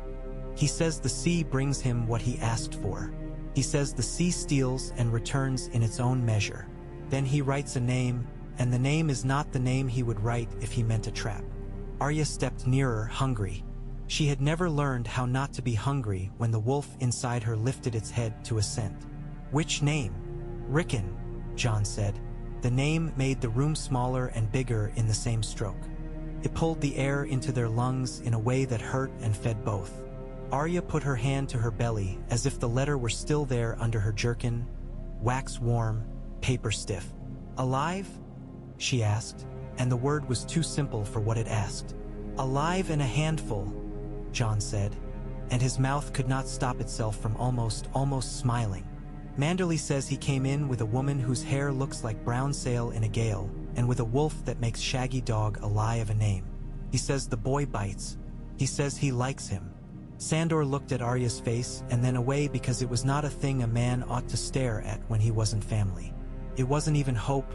Quite, hope was a trick stone and had spilled enough men already. It was recognition. It was the whole of a summer day pushed through a letter hole. "I have to go," she said, and the word have did more work than any word that size should be made to do. Jon was already shaking his head, a little even as he said, "Yes, you're commander," Sandor said. "You're meant to say no." "I am," Jon said. "And yet, the North is a thing made of lies and frost. It needs a truth in it before winter grinds us all into this wall and makes a new one of men's bones. Manderly will protect a boy he thinks can give him what he wants. He will protect him harder if his sister stands next to him. I don't have to like it. I only have to know it." He looked at Sandor. "You will take her." Sandor scratched at the knot of rope. "I will." Leathers grunted from the doorway where he'd been listening without pretending otherwise. "You'll not go alone," he said. "The road has teeth." John nodded. "Mully and Leathers, and a boy who needs to learn what a sword does besides make noise. We'll send letters ahead written by a man who will make them convincing. I will not tell Stannis until you are a day gone, so he can be angry at something else." "Stannis will be angry," Sandor said. "Stannis is always angry," John said. "It is the northern wind of his soul. If I could turn a mill by it, we'd never hunger." He rolled up Manderly's letter and another written under his hand with a speed that made the words look like the work of a deft thief. He put seals on both with the kind of pressure Arya had seen once before in a different room where her mother's face had been lit by a slit window. They left at dusk when the light looks like it's thinking about staying and then changes its mind. They took the short-legged horses and furs with the itch still in them from other men's old sweat and a sled in case a horse decided to have a winter of its own. Leathers guided them. Mully counted things that did not need counting out loud and made Arya grin when he did, even when she didn't mean to. The boy was called Hobbswhelp because he had never had his own name long enough to teach it to men who cared. He watched Sandor the way boys watch a bear that has not decided if the boy is meat or cub. They made the long lake by dawn 2 days after, a sheet of iron where the frost had put its hands on it. Mists moved along it like old women bent over their work. They did not attempt to cross. Leathers took them east where the river folded and became less certain it was a river and more certain it was a long thought that wouldn't end. They found a forester's hut. They burned old bracken and old pine cones in a stove full of bad temper. Sandor endured the heat by sitting with the door open, letting the stove's breath wash his face until the old tremor woke in his hands and then settle again, surprised to find itself less than it used to be. In the night, Arya dreamed of trees with white faces bent over ice, listening. She dreamed of wolves whose breath made flowers of frost around each other's mouths as they huffed and joked. She dreamed of Shaggy Dog, enormous and silly and grave all at once, blinking black eyes at her as if to say that he had been waiting in the only way wolves know how to wait, by running until your feet learn patience. 2 more days and the land began to smell of the sea even when you couldn't see it. The wind came with something salt-tinged in it, an old taste of fish and stone. They met a company of men in gray cloaks on the road with a fish and trident badge at their shoulders that said they belonged to a city that liked its own weight. The man at their head had a face that was too cheerful for his work. It creased easily, like old leather. He saw Arya and the cheer sharpened into something like satisfaction. "Lady," he said, and his voice did not carry a question in it. "Lord Manderly has a pot on, and if you like beef in your pie as God intends, you'd best not dawdle to chat with the wind." White Harbor rose out of the mist like a sensibly Bayou. I'lt dream, wide and fat and defended by the knowledge that it could feed itself and others besides. The river threw itself into the bay and made the water look like a thing learning to walk. The walls were thick. The towers were cut from stone that didn't care for ornament. The merman seals on the banners looked like they'd swum up out of a joke and found a purpose. Manderly received them as if they were already family, and he'd been annoyed at their tardiness and delighted at the excuse to forgive it. He took Arya's hands in both his and did not squeeze too hard, which made Sandor believe in him more than any blue-enameled ring or good table ever could. He looked at Sandor and nodded to the rope on his arm and did not remark on it, which made Sandor add another private mark in the man's ledger. "The boy is small and large," Wyman said, "like all true things. Come, you will wash whether you think you need it or not, and then you will end a hunger you didn't think to name." He fed them in a room with low beams and warm light and a table stupid with pies. Sandor ate a slice of a pie that had oysters and something green and soft in it, and he liked it in spite of himself. Arya ate like a girl who had learned to ration and did not trust abundance yet. Manderly watched without staring and made a show of telling a story about a man he claimed to have met once in a southern city who thought salt was a sin and was proved right by a fish who bit him out of pure embarrassment. It was a good story, told by a man who knew that the person he was talking to might already know something too large for stories and might need a bridge back to them. After, he took them to a chamber under the new castle where the light came in through a narrow mouth and made a line across a floor of old wood. Osha stood with her hip against a table, as if she could not keep herself from bracing against whatever the world wanted next. She had a knife at her belt, and she had every right to it. Her hair was as wild as the edges of maps. She saw Arya, and her mouth did something that was not a smile because there was too much past in it to be that clean. It was better. "Arya," she said. "Osha," Arya breathed. And that was almost a sob, because that is what happens when line after line of bad news breaks and a good piece slips in and sits down and refuses to apologize for being late. Rickon came in as if he had been blown by some private wind. He had grown in the ways boys grow when the world thinks it can break them by stretching. He had a fierce jaw and eyes that liked to widen when they planned mischief. Shaggy Dog stopped the door in its track and then slid through sideways with a huff that sounded like he was snorting laughter. He had a scar under one eye that had not been there before, a pale crescent that made him look even more like Trouble's brother. He stopped. So did Arya. The silence had weight. Then Arya put her hands out small, and Shaggy Dog came a step and a half and put his gigantic black head into them, as if it had been written down somewhere that he would. Rickon hovered as if he was trying not to be a boy and succeeding in the way that hurts. "You came," he said. "I had to," she said. And then she ruined the careful space she'd made for herself by running at him. He braced in an instant, the way boys learn to do when the only love they've been given lately has had teeth in it. He took his sister hard, like a punch, and then he softened because she smelled like Winterfell had smelled once on a morning when snow had fallen only a little and every corridor had a wolf in it. Osha watched with her arms folded and her eyes suspiciously bright. She caught Sandor watching and grunted a laugh. "You're big," she said. "So are your knives," he said. "We match." "That's a start," she said. Wyman Manderley gave them 3 days. He filled those days with small good things, because he knew men could get drunk on big ones and fall down afterward. He arranged for Arya to sit in a window seat where the river light came up like something living and read a letter written in her mother's hand without anyone making a ceremony of it. He arranged for Rickon to meet a swordmaster who had bad knees but a good temper and who taught him how to take 3 steps without falling over his own wolf. He arranged for Sandor to watch the harbor and smell easier fires. Pitch, tar, kitchens that knew what they were doing and didn't mean to eat men.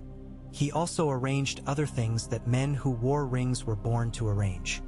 He brought small lords in through side doors at odd hours and showed them a boy with a wolf and a girl with a way of looking that made you think of night falling on the same day every year, and he let those lords take in what their eyes brought them.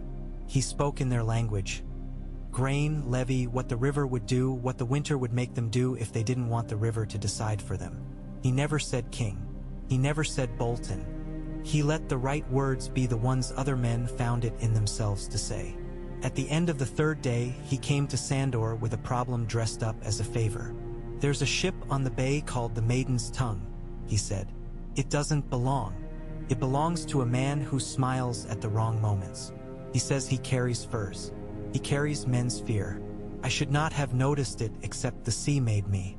The sea and the fact that a man on its deck said the word fry without spitting."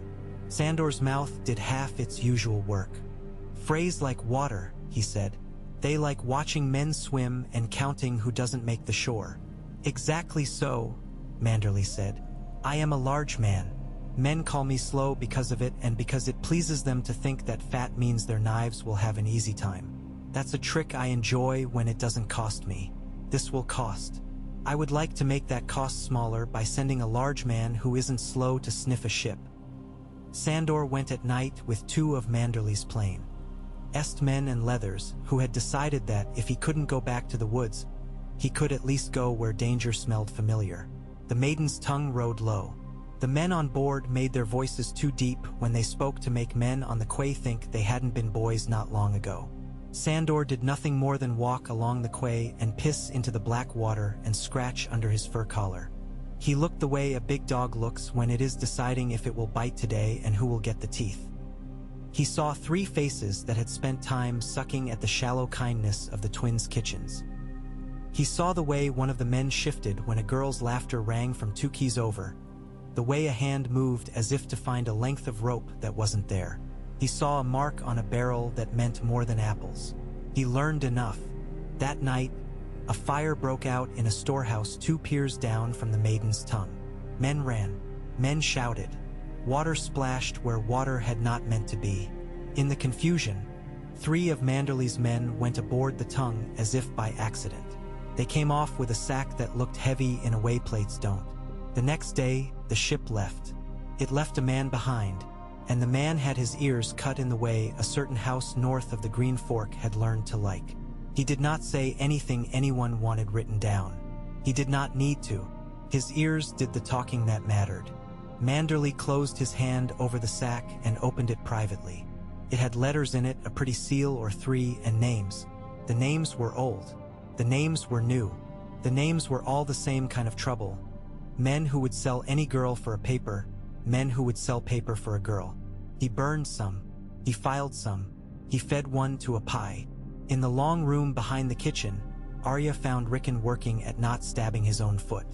She watched him and waited until he had made the blade do as he asked twice in a row before she spoke.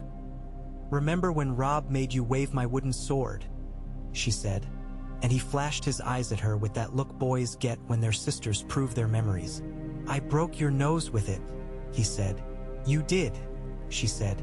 "I didn't cry."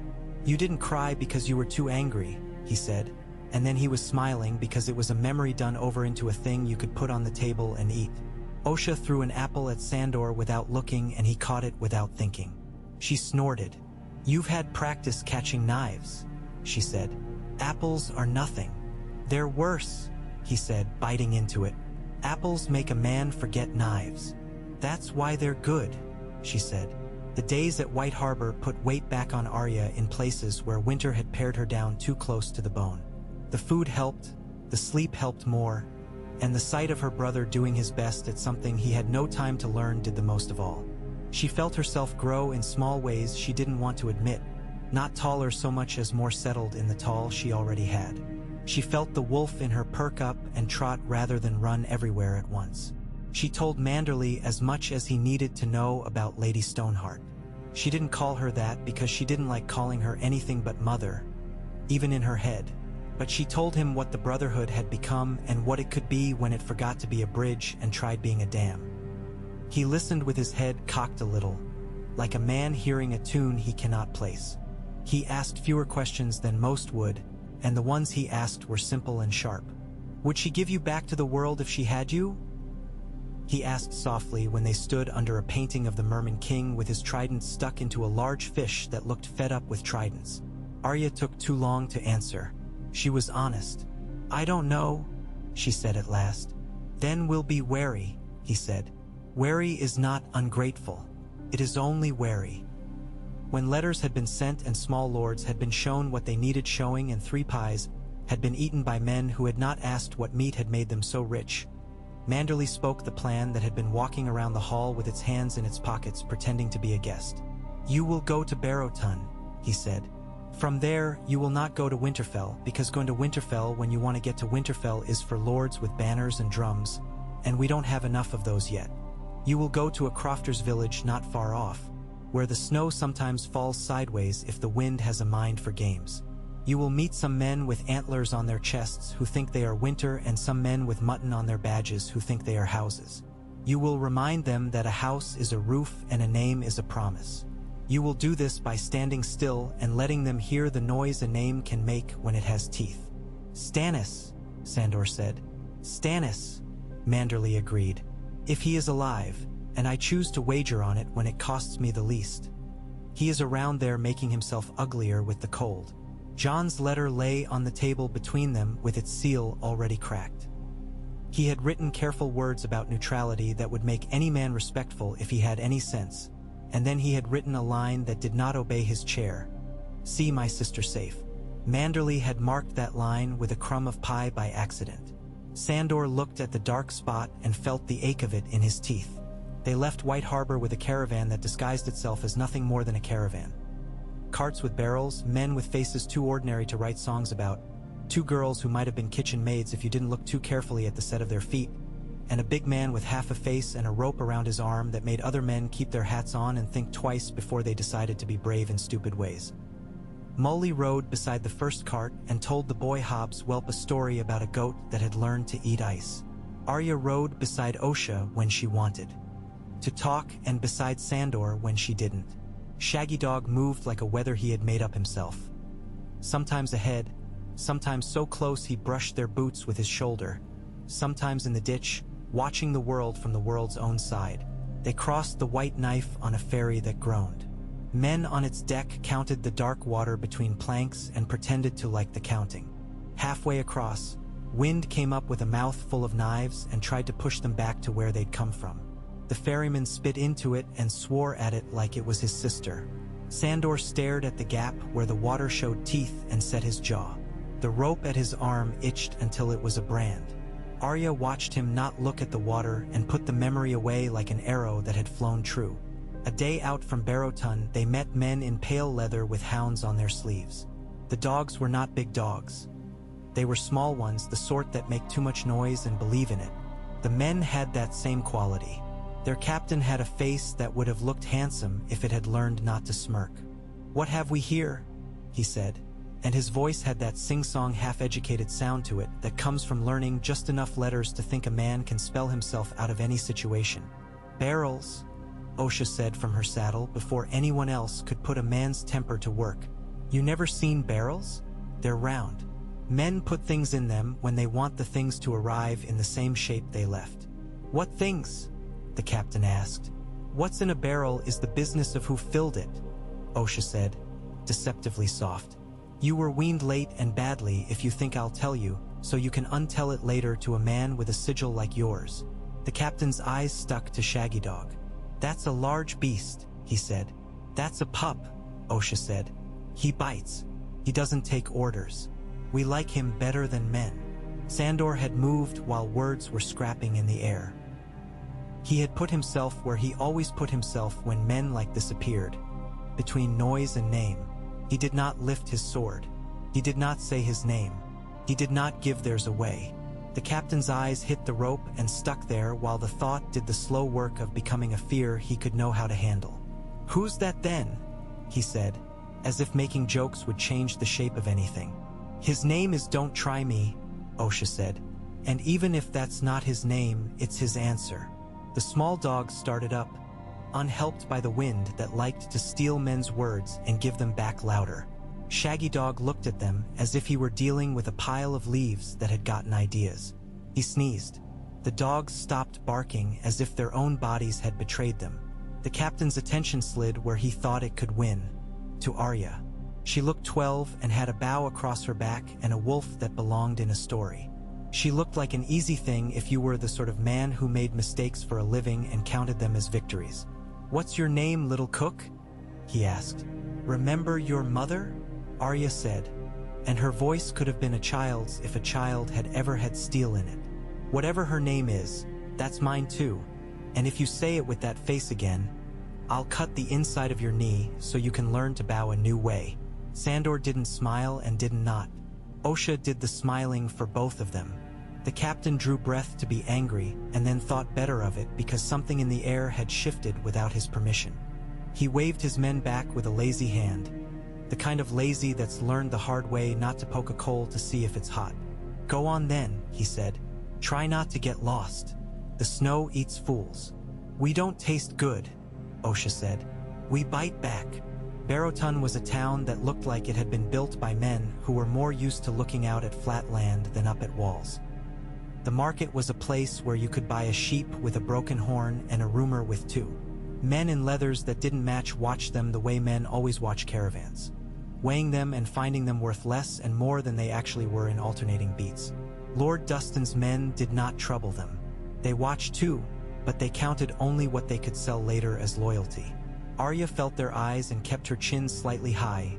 Not enough to say, "I am a piece of the world you must change your shoes for," but enough to say, "I am a bone. Your teeth will notice me." They found the Crofters' village 2 days later. It was exactly as Manderley had said. A handful of huts with thatched soles, one taller place where a man could stand and say, "I am taller," without needing a wall to help him. A pen where pigs had once been pigs and were now a story told by old men about summer. The wind did come sideways when it liked. It liked often.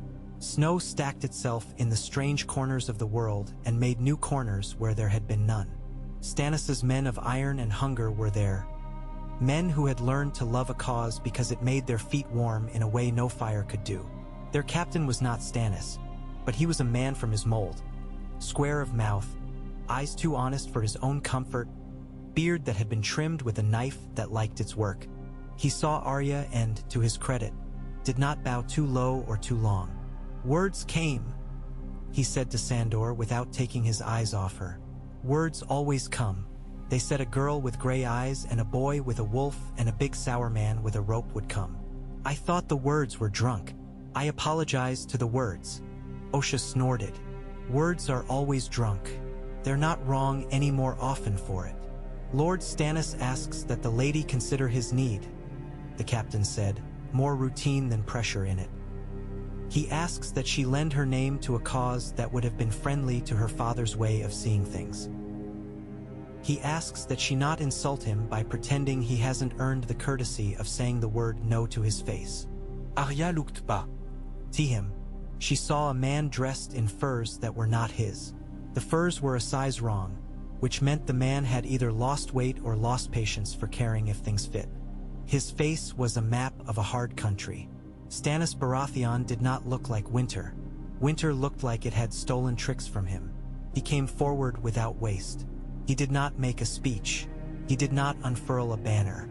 He stood close enough that a man could smell the tallow in his lamp. His eyes went to Shaggy Dog first. Shaggy Dog huffed at him and turned his head sideways in a way that asked the question no dog stops asking. "Are you going to be necessary?" Then he looked at Arya. It was not a king looking at a tool. It was a man looking at a problem he could not solve alone and deciding to tell it the truth and see if it left him for it. "My lady," he said, "you have the look of a person who prefers straight timbers to a fancy roof. I will be plain. The North is tired of men who think a chair makes a lord. I am tired of them in both sense. If I had your brother, I would put him on a horse and ram him through a door with a shield in front of him until either the door splintered or his arm did. I do not have him. I have you. Your name will pull men out of their houses who would otherwise huddle until the spring sweeps them off like filth and calls it melt. I need those men. The realm needs those men." "I am not a banner," Arya said. Her voice did not shake. It hummed in the cold air like a small string on a well-tuned instrument. "No," Stannis agreed. "You are not. You are a girl who has seen more of the world than the world ought to show a girl. I will not make you any promises you could call pretty. I will not marry you to a man you do not choose. I will not hand you to a house to assure compliance. I will ask you to stand where men can see you and not be a coward. Men respect that even when they hate it. It is as much as you can do and as much as you should. Your brother, if he lives, if this Rickon under the Manderly's fat pleasure is his own self, will need a north that remembers it has wolves in it. Help me tell it." Sandor watched Arya not watch him. He knew she did not want to turn to him for permission. She would not do it even if it would make the choice easier. He knew the rope itching meant nothing here. He knew he would bite any hand that tried to drag her one way or another. He knew he would also step back if she stepped. "What do you want?" Arya asked Stannis. "Not the North. Not my name. Not men's fear. What do you want?" Stannis's mouth did a thing it did rarely. It straightened into something like the line of a man who has glanced at an honest mirror. "I want the world to be carved into shapes that make the most sense with the least waste," he said. "I want men who break their words to feel the bite of that break. I want to live long enough to say to myself that I did not turn from the thing I knew to be right because it was hard. I would also like a hot room and a bowl of soup that doesn't pretend to be anything other than good soup. I am not likely to get either, so I will settle for the former." Arya's lips twitched despite herself. "Soup," she said. "Soup," he said, without humor and with a kind of humor. A man who thinks he's too large to be satisfied by soup should go without it for a month and find out what he thinks then. She looked at the rough arc of men beyond him, at the curl of smoke from a fire that was losing its argument with the wind, at the shapeless pile of snow where a boy had once made a fort and men had trampled it to tell themselves they still knew how to win. She looked at Shaggy Dog. He looked back, solemn, tongue lolling slightly like a fool's, eyes full of the complicated stupidity of love. She nodded the smallest nod. "I'll stand where you want me," she said. "I'll not say words that aren't true. I'll not let you use me to hurt people who haven't done hurt. If you try to hand me to a man who thinks a girl is a road to a house, I'll cut him. If you try to hand me to a woman who thinks a girl is a flag, I'll cut her too." Stannis almost smiled. "That sounds like the North," he said. "That sounds like something that remembers its name." They did it with less theater than most would have arranged. They did it on a day when the snow made a little sound like hands rubbing together. They did it in front of men who were cold enough to be patient and had been hungry long enough to have learned what that teaches. Arya stood on a cart that had hauled turnips once. Her feet were apart because that's how a person stands who expects the wind to push. She said her name. She said it as if it were a small rough thing that did not need polishing. Men looked. Men made the little noises they make when their minds change. Men put their hands on their hearts because in winter you keep a hand there to see that it is still beating. A rider came out of the snow with the look of a man who had been arguing with it and had lost. He had a banner that had half frozen to itself. He had a letter that had been written in a hand as neat as hatred. He gave it to Stannis, and Stannis gave it to Sandor, and Sandor handed it to Arya because some burdens are best carried by the person whose name is on them, and also because he wanted to smell the ink and see if the paper knew fear. The letter had a seal that wanted to be a flayed man when it grew up. It had a tone men learn when they spend too much time being told by other men that everything they want is a right. Arya read it with her lips pressed together. It claimed this and that, and a boy who wasn't hers, and a victory that wasn't anybody's yet, and a winter that belonged to no one and would take everyone for presumption. It demanded. It demanded. It demanded. She folded it and put it in her glove because she would not give it the honor of burning. "Tell the man who wrote that letter," she said to Stannis once the rider had been fed and concluded he had not been killed for bringing words, which meant the world was still the world. "That I am cold, not frightened. Tell him that if he wants a girl, he can have one of the ones he makes in his letters. They will be softer than me. Tell him if he wants a name, he can carve his own and see how it tastes when he eats it. I will not tell him anything that would make him feel he had been answered," Stannis said with faint approval. "He will take that as victory. Let him eat that then," Arya said. And the men nearest who had wives and daughters and the kind of sense that notices the difference between bravery and sanity hid smiles in their beards. The Crofters' village became, for a week, a place where men came and went and pretended not to be measuring. They measured anyway. They measured the girl. They measured the big man with the scar and the rope. They measured Stannis's temper and Shaggy Dog's teeth. They measured the wind. They measured what they had left in their bags and found that it would always be less than they wanted. They decided some things anyway. News came down the pale air like blood and spit. Theon Greyjoy and a girl who called herself Arya had leapt from Winterfell's walls and been swallowed by snow, but not entirely. Mance's women, in their furs, had done what they did and gone. The castle was not a castle, not really, just a place trying to remember how to be one. The men within laid logs in their apartments and argued over who could breathe whose smoke. "Winterfell is a name more than a place," Manderly said in a letter written in a hand that had practiced neatness as a political act. "Let the name breathe north. We are walking." The walking took shape. Men who had sat on their hands until their hands had gotten used to the weight got up and flexed their fingers and found that they could still make fists. House Serwyn sent a boy with a good face and a poor horse. House Hornwood sent a woman who could skin a deer and a man who could tell a lie about how many arrows he had left and make men believe it. The Mormonts sent 3 girls and a letter that apologized that they couldn't spare any men because the men were doing what the girls told them. The Ryswells sent a silence that said they were thinking about staying friends with a certain man with a flayed man on his chest. Their silence said other things too. "We do not like you, we do not like him either, we like winter the least and we will argue with it whichever way we fancy." In the midst of all this, Arya slept 3 nights in a row without waking crying out a name. On the 4th, she did. Sandor was there with his hand on the rope before he even knew he'd moved. She sat up with her hair in her eyes and breathed as if she had run the length of the wall. "What?" he asked, very soft. because when a person comes up out of sleep like that, you speak as if the dream can still hear you. Wolves, she said. Nymeria is far. She is very far. But she ran with men last night to a place where the river sounds like the way steel is sharpened. Smells like cold trees and salt. She ran. She killed. She let others eat first. Good, he said, because he was a plain man and knew what good meant when you had no better choices. That's good. She remembered me, she said. She never forgets me when she's hungry. She never forgets you when she's full, he said. The hunger makes it clearer. He could have said, don't go to her. He could have said, the Riverlands are a mess and you're a child even if you bite like a wolf. He didn't.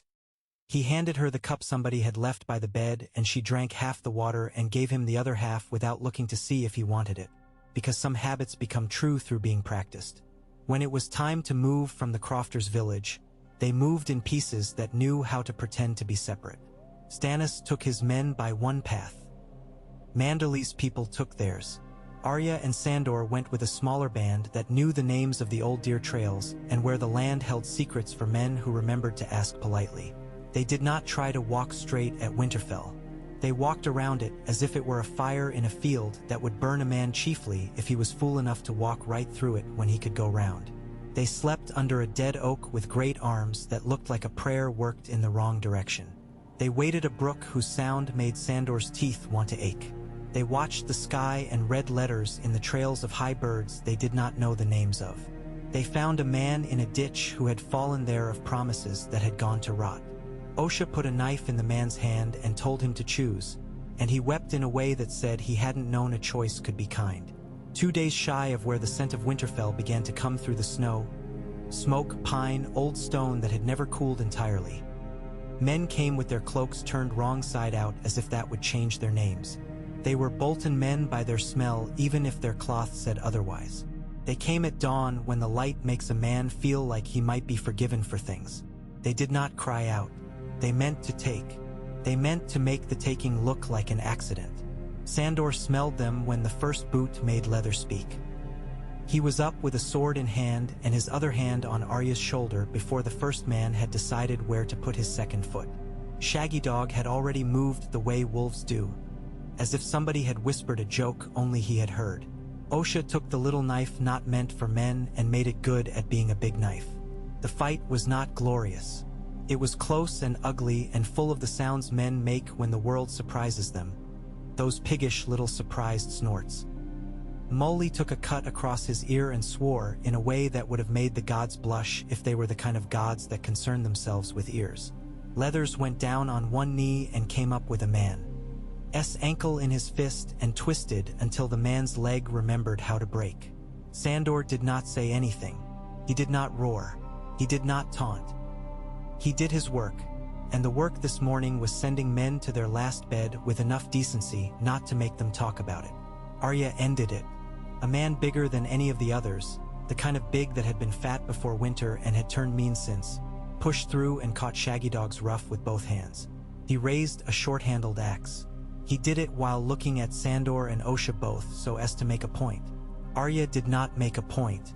She made a hole. Her arrow hit the man in the soft under his beard where men defend with nothing but hope and habit. He made a sound like a sack losing its breath and dropped the axe. Shaggy Dog didn't wait to see if he had another plan. After, there was blood in the snow that looked like a lesson in contrast. There were men breathing who weren't sure why it had been permitted. Arya's hands shook for a while. Sandor watched them and did nothing because doing nothing was the thing to do. Then he put his big hand over both of hers and the shaking had to share itself out and got tired and stopped. They buried no one because the ground was a lord and would not be commanded. They did what men do when winter doesn't let them do what men would do in better times. They dragged, they covered, they put branches where men wouldn't trip, they moved on. The wind took the scent of it and flung it onto the moor to make some fox dream oddly. They came within sight of the broken walls of Winterfell on a day when the sky had pretended it would snow and then thought better. The towers looked like scars do, which is to say they looked better than wounds. Smoke went up from them in a way that said men were within making choices. The gods would crouch dark and quiet in its corner, patient and a little contemptuous of everything not itself. Arya stood on a low rise with the men in their little pack behind her. She looked at the place where she had once been a smaller person who had run faster than she knew for reasons that had been games then and were survival now. She let herself feel the fear because pretending not to is a kind of lie that trips a man when he least expects it. "You don't go in," Manderley's letter had said. "You stand where men can see you, and then you stand where they can't. A house is a thing made of seen and unseen. The trick is to know which stones do which work." Stannis came up behind them with his iron men, and with him came men who had realized on their walk that if they didn't like a man with flayed skin on his chest, they might still like him more than they liked the winter. With Stannis came another piece of news shaped like a man who had been maimed and had learned to wear that like a habit.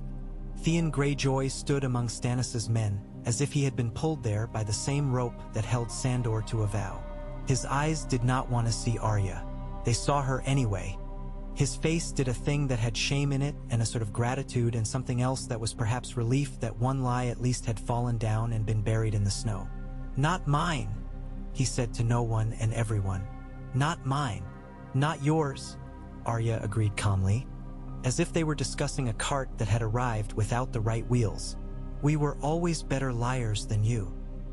He made a small broken gesture that might have been a bow somewhere in a different life and stepped back into the cold shadow of a man who had once been a king in the north by other men's courtesy and was now a piece of winter. The siege did not look like the songs. It looked like men measuring how much wood they had left and deciding to be brave in ways that wouldn't set them on fire. It looked like letters sent on wind and coming back on snow.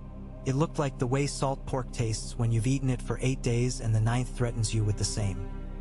It looked like Arya standing with her shoulders back and her eyes steady so that men who wanted to believe in something they could name didn't have to look too far. Bolton's people tried tricks. They sent men at night to crawl under the palisade like worms that think they are snakes. They sent a young lord with his hat in his hands and a flag of a color that makes men feel their throats are being touched by fingers. They sent a letter folded small with a lock of hair in it. Osha looked at the hair and said, "That's a calf's," and burned it. They also sent a song. It came out of Winterfell on a thin air, a woman's voice singing old words about moss and kisses and knives under pillows. It was meant to be a kindness that turned ugly when it got near men's ears. Arya listened and felt something lower in her belly than grief. It was rage, and it was not the rage of a child. It was a more patient thing that meant to put names in order and visit them by moonlight with a ledger and a knife. She did not sing back. She walked to the edge of the camp instead, where men went to piss and to speak to themselves and to the parts of the world that still had gods in them. She put her hand on Shaggy Dog's skull and felt the hum there that made a man understand what a pack is. She thought of Nymeria a long way off, running with men who were becoming wolves because the world had taught them a language and they liked how it tasted. She thought of her mother in the dark under the earth, who had been bound by grief but had not forgotten how to let go when it meant keeping a promise a different way. Sandor came to stand beside her without speaking. He looked at Winterfell and did not pretend that a stone could love him. He had learned that men's mistakes sometimes wear roofs. He had learned that some roofs keep out snow. "You could run," he said after a while. "You could run now and never stop and let the world do what it will without you. You could find a tree that doesn't want to watch men and sit under it and tell yourself St. Aries about what might have happened if you'd been so and not you."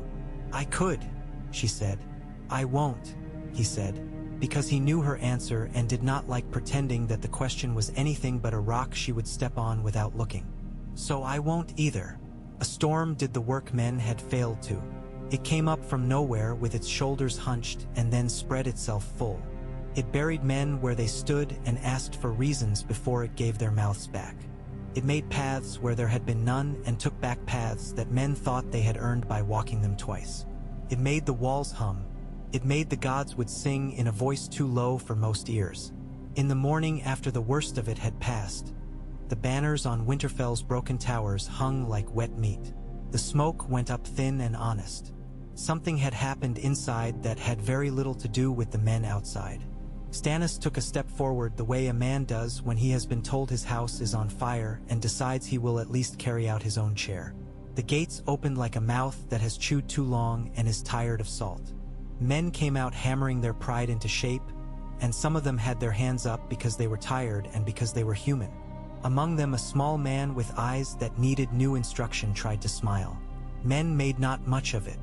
Later, a letter would circulate in the kitchens of a dozen houses saying a thing about a flayed man who had tripped on his own name and fallen on a knife he had meant for someone whose face he could not remember without a mirror. It was hard to know if any of it was true. It had the shape of truth. Ugly, unsurprising, useful. Winterfell did not welcome them as a place might welcome a family returning from a long, stupid journey.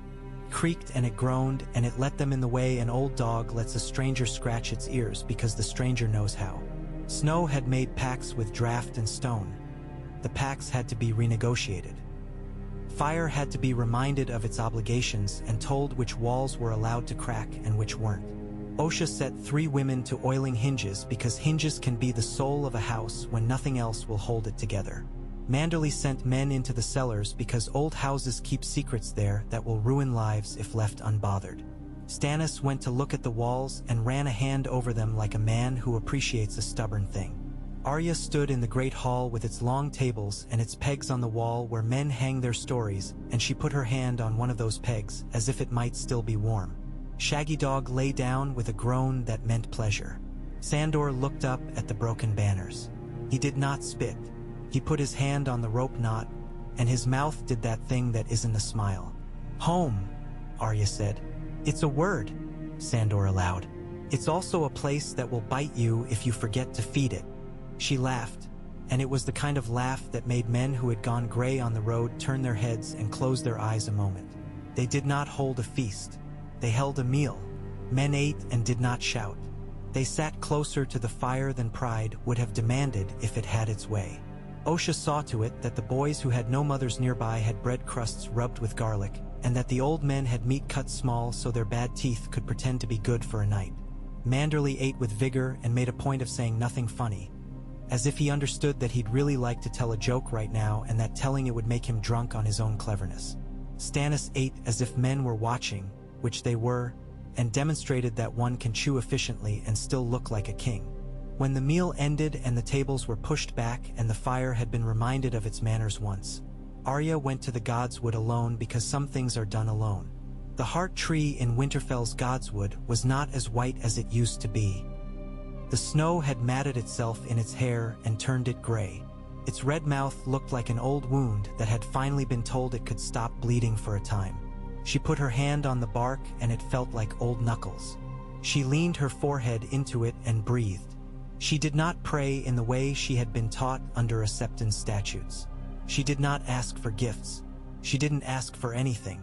She put herself there and then let the tree put itself there too and waited to see if the world would notice them noticing each other. Wind moved through the branches in a way that said plainly that wind had always been doing this and would do it long after Arya Stark's name had been scraped off stones and put on new babies. She did not cry. She did not know how to cry here without making it a spectacle. She did let herself be small. That was new. That was a thing that takes as much courage as running knives first at a man who thinks your name is a prize. She heard a footstep and knew it without turning. Sandor stood at the edge of the Godswood like a man at the edge of a pond who hasn't decided if he likes the thought of fish. He did not step on roots where they didn't want stepping.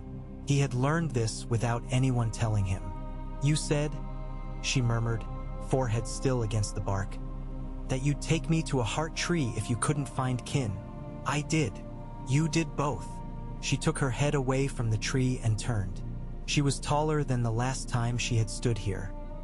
He was the same in all the necessary ways and a little gentler in the ways he had hated in other men. "I keep work," he said, because vows felt large and he had learned to love small words when they did a big job. "What will you do?" she asked, because the question had been walking around the room in the back of her head for months now and had finally taken a chair and would not be moved. "Fix hinges," he said. "Bite people who need biting. Chew bones." He shrugged, a slow, heavy move that made snow dust off his holders. "Go where you're not looking and keep doors from swinging open in the night." "You could leave," she said. "I could," he said. "There's a hill with my name on it somewhere, and a son that doesn't know me yet, and a few fools who'll think they can teach me manners." But this place needs a man who knows where to put his hands on a fight. It needs a dog. A good house always keeps a good dog, if it's wise. She put her small scraped hand on the knot at his arm. Best dog, she said, surprising herself with how easy it came out. She didn't like to soften words. She didn't like to be seen to be soft. But some softnesses are harder than any stiff thing. He looked away because a man has to sometimes when he hears exactly what he'd been working for without saying it. I'll settle for dog, he said, which meant he liked best just fine. Men came to Winterfell sometimes with their hats in their hands and their mouths full of winter. They asked for audience with a girl and a boy and a man who was not their king and a man who believed he should be. They brought news smelling of smoke and salt and old money. They brought girls who wanted to see if wolves had tongues like dogs and boys who wanted to find out if the godswood would speak their names back to them. They brought knives to sell and cloth to sell and lies to sell, and Winterfell bought only the last when it could not help it. The Riverlands spoke in rope and rumor. Fry men hanging from trees with notes pinned to them saying things that were not prayers and were not quite curses. The Vale spoke softly, because that is the Vale's true language when it is not pretending to speak louder ones. The South barely spoke at all to the North because winter makes men mind their own doors. Arya learned to sit in a chair that wasn't a throne and listen with her whole face. She learned which kind of liar meant well and which was hungry. She learned when to let a man save his pride and when to lean on it until it broke and taught him something. She learned to throw knives with less insistence and more accuracy. She learned that Shaggy Dog believed in eating at exactly the same time the sun decided to move behind the tallest tower. She humored him more often than she argued. Shifts changed under the walls. Stannis sent men when he had them, and when he did not, he sent letters that had so much will in them they might have walked to Winterfell on their own cold feet. Wyman Manderly sent bread and men wrapped in bread. Jon sent ravens that smelled of salt and man and of something larger that moved out there beyond the last campfire men lit and called the edge of the world. He sent no more orders. He sent only words that a man could build a shelf out of, words that a man could hang a day upon and not fear his coat would slip. When spring untightened winter's fist for a day and then decided to change its mind again, Arya stood in the yard and let the weak good light brush her face. She had a knife in her hand because she liked the feel of something sharp when the world pretended to be soft. She had a list in her head that had grown quieter. It was still there. She could take it out and put it on the table when she wanted. She did not want to as often. A rider came in with a cloak stiff with salt. He had eyes that had learned to be expressionless because sometimes a man is safer that way. He had a letter that bore the black of the watch. She took it and broke its seal and read the careful hand of a boy who had learned his letters because he loved them and now used them to say things he did not choose. She read it again. She looked up at Sandor and her face went harder than it had been in months. "What?" he said. "Jon," she said. "Jon is dead and not dead. They made a mess of him because he wouldn't break. The men who did it are dead. The boy who writes doesn't have enough words. He should. He can't. He says the wall holds, and then he says he doesn't know if that's true." Sandor kept his face where she could see it. We go, she said. "We go because men don't get to do that to my brother and not have a Stark come and put eyes on what's been done and hands on what can be mended. Men won't like you walking out," he said. "Kings won't. Other men will pretend not to care. Winter doesn't give a shit, if you'll excuse the scholar's tongue." "I don't care who cares," she said. "I am not a banner. I am not a roof. I am a girl with a knife and a wolf and a brother who has never asked for anything, and I will not let men decide that the thing they want is the thing that gets done." Stannis met her under the archway where winter had not managed to make ice even when it tried. He looked at her with that flat weight he put on people when he measured their worth. He nodded once when she did not lower her eyes. "You go," he said without argument. "I do," she said. "There will be letters saying you should not," he said. "I will ignore them if they do not come with grain. If they come with grain, I will lie and say I never saw them." "Good," she said. "Bring him back," he said. And for a moment his eyes were not a king's eyes but a man's. And the thing in them was not obligation but something smaller and harder to admit. "I will if I can," she said. If I can't, I will bring back what is left, and I will make his enemies answer to him anyway.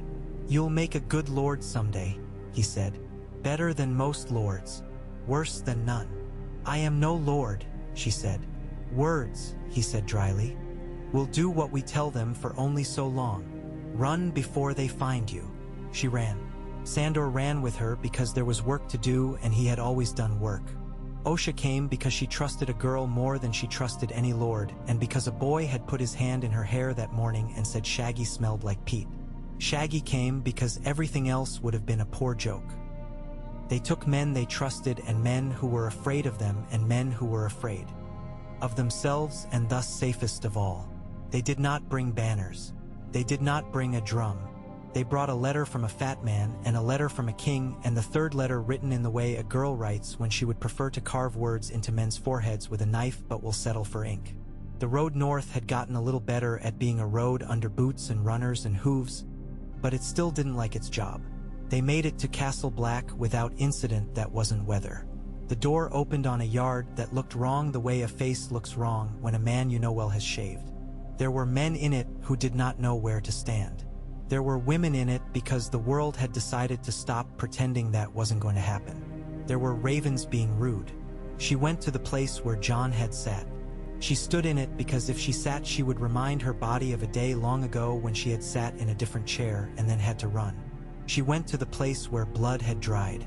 She put her hand near it because she did not want to make a memorial of a stain. Sandor watched her do all this and did not correct or assist. He held the rope at his arm very still so it would not itch at the wrong moment.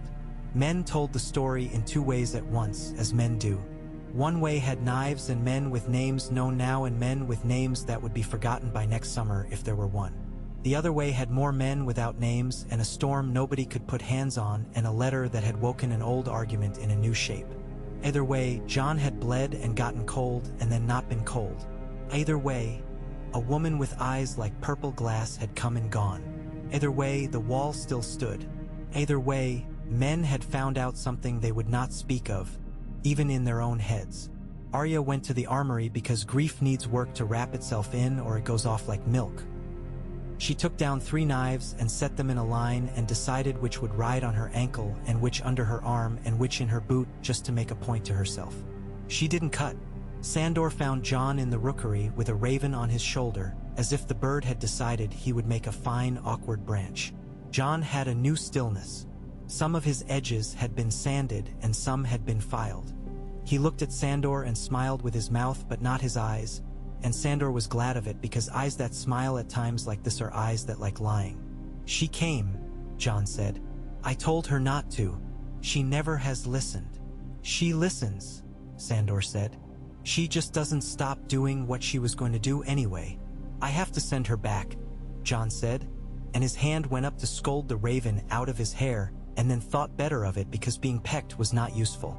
You don't, Sandor said. You have to want to. You also have to live long enough to keep doing the work that needs doing. Sometimes you get both. John's mouth did a sad thing. You've gotten wiser, he said, and I haven't had that luxury. Wisdom's ugly, Sandor said, leaning on the post until it complained. Don't be jealous. They did not make a ceremony of leaving again. They did with more urgency what they had done before. They set out with a purpose. The difference now was that men had a face and a shape to put to the purpose that was not only a wall of ice and a wind that never remembers your name. John stood in the yard with his cloak about him and watched them go and did not lift a hand. He is learning something, Arya thought, and then she was angry at herself for thinking it because she had no right to measure him like that. Anger is a good teacher when you know what it's teaching.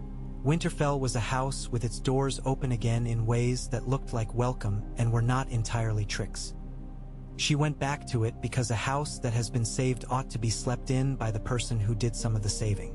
She went back because Rickon had grown another inch and had discovered that yelling at Shaggy Dog to sit was the worst way to get him to do it, and because Osha had a new knife and wanted someone to admire it without trying to buy it. She went back because men had started to say her name in ways that were helpful, and she needed to be around when they tried saying it in ways that weren't. She took to walking the inner wall at night when the moon made the snow shine the way a scar shines at the edge of a fire. Sandor went with her with his steps careful, as if the stones could be offended by being stepped on too loud. They watched the sky talk. They watched the men below playing at dice as if it would keep their fingers warm.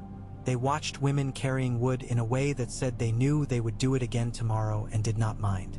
They did not say much. Their silence had learned each other. Once, she said on a night when the cold made their breath look like speech bubbles from a comic a boy had shown her once in the kitchens, and she had pretended to dislike and then read under blankets. I thought the world was a list. I thought if I did the list I would be done. I do not think that now. No, he said. Now you think the world is a door that opens on a hall that has another door. I think it's a courtyard, she said, surprising him. Sometimes there are doors. Sometimes there's a fence. Sometimes there's a low wall you can jump. Sometimes there's a high one you can't. But there's always sky, and dogs, and somebody burning something they shouldn't. He grunted. Then he laughed because a laugh sometimes helps the cold remember its place. You'll leave me, he said after a while, not accusing, not afraid. Not today, not tomorrow. Someday you will. That's the way this works. Dolksti. Girls outgrow dogs. Houses need different things. I will never not need you, she said. But I might not need you to stand as close. That's different. I'll still expect you to bite men who think they can tell me to sit. I will, he said. I was born to be rude to foolishness. You were, she said happily. Spring came late and then forgot to stay. Men learned to be content with a day and half a day and then a morning. The gods would put on an absurd green like a child's drawing. The kennels stank better. Letters brought news that was not all winter and not all war. Across the sea, the name Targaryen wore wings again. It meant less here than it did there, but it still touched men's tongues and made them strange. In the south, a queen who had eaten compliments every day of her life had learned what hunger was and did not find it charitable. In the Vale, a girl who had learned to be small stood up a little and men did not know whether to laugh or clap. In the Riverlands, a mother's grief had finally found a grief larger than itself and had walked into it and had not come back. Arya felt that like a tooth finally working loose. She cried then, with her face in the rug beside the fire where nobody could see except Sandor, who was there without being there, and Shaggy Dog, who licked her ear because dogs are terrible at respecting private sorrows and very good at comforting them. When they got up the next day, there was still wood to carry and men to shame into washing and boys to teach how to throw a knife without their wrists hating them. There were women to thank. There were pies to eat and letters to read and a list to carry in her pocket that she took out increasingly rarely to look at and to kiss and to put away again. There was a brother who had not died and had not died. There was a mother under water and under roots who was no longer in pain because the pain had let her have its way and had taken itself elsewhere. There was a father in everything that did not have a name for itself. There was a vow tied around a man's arm. The rope got older. It did not chafe as much. The knot did not loosen. He never cut it, even when it would have been easier to polish a bracer with no itch under it. Sometimes he thought it had shrunk. Sometimes he thought his arm had grown. Sometimes he dreamed of it biting like a live thing and woke laughing at his own foolishness. There was a girl who started to laugh more often without checking to see if anyone was watching. She learned to dance again. Not the southern way in shoes, but the northern way on packed snow when it gives a little under your weight and that giving teaches you where your feet end and the world begins. She learned to play a game with Rickon that was half wrestling and half lying and that always ended in both of them on their backs staring up at a sky that refused to tell them anything and that gave them everything anyway. A year later, men came to Winterfell again with names and problems and with a story about a dragon you could see from the ground miles away. Some stories are true even when they are told as if they were lies. Arya listened and nodded. She knew dragons were someone else's business mostly. She had wolves to mind. She had doors to keep from slamming. She had a man to send to the kitchens because he thought he could eat without being told what was in the stew, and she wanted him to know why it tasted like something other than beef. She had a boy to teach to tie knots that would survive a storm and a girl to teach to kick a man in a place that would make him prolix in confessions. When she lay down nights, she did not say the names unless she wanted to fall asleep with their taste on her tongue. Sometimes she wanted to, sometimes she didn't. She stopped being ashamed of the nights she did. She stopped feeling proud of the nights she didn't. Pride and shame are the same stupid animal in different collars. Sandor sat sometimes with the old men at the gate and let them tell him what stones remembered. He mended a hinge and a boy's pride and a door that liked to slam in the wind. He went out twice with men who thought they could do good without needing help and brought them back sullen and more alive than they would have been. He never called himself anything but what he was. He never asked for a chair. Men moved for him without knowing they'd moved. Once in summer, if it could be called that, because the days were long but the nights had not forgiven. 2 boys came to Winterfell with sticks they had stolen from a hall where a man pretended to be a master of them. They wanted to be knights in the old way they had heard about in songs. They stood in front of Sandor and Arya both because they'd heard different stories and didn't know which to believe. "We want to be knights," the taller one said. His voice cracked. The shorter one looked at Arya with solemnity and said, "We want to be wolves." "You want to be useful," Sandor said. "That's better than either." "But the songs," the tall one began. "The songs are lies told by men who want to lift the weight of their armor with other men's mouths," Sandor said. "You want something to stand for? Stand where a woman tells you to. Stand where your feet do work that isn't yours and do it anyway. Stand where you can see a man coming and know he doesn't mean well and then help him anyway because there's a boy behind him who will if you don't. Or don't.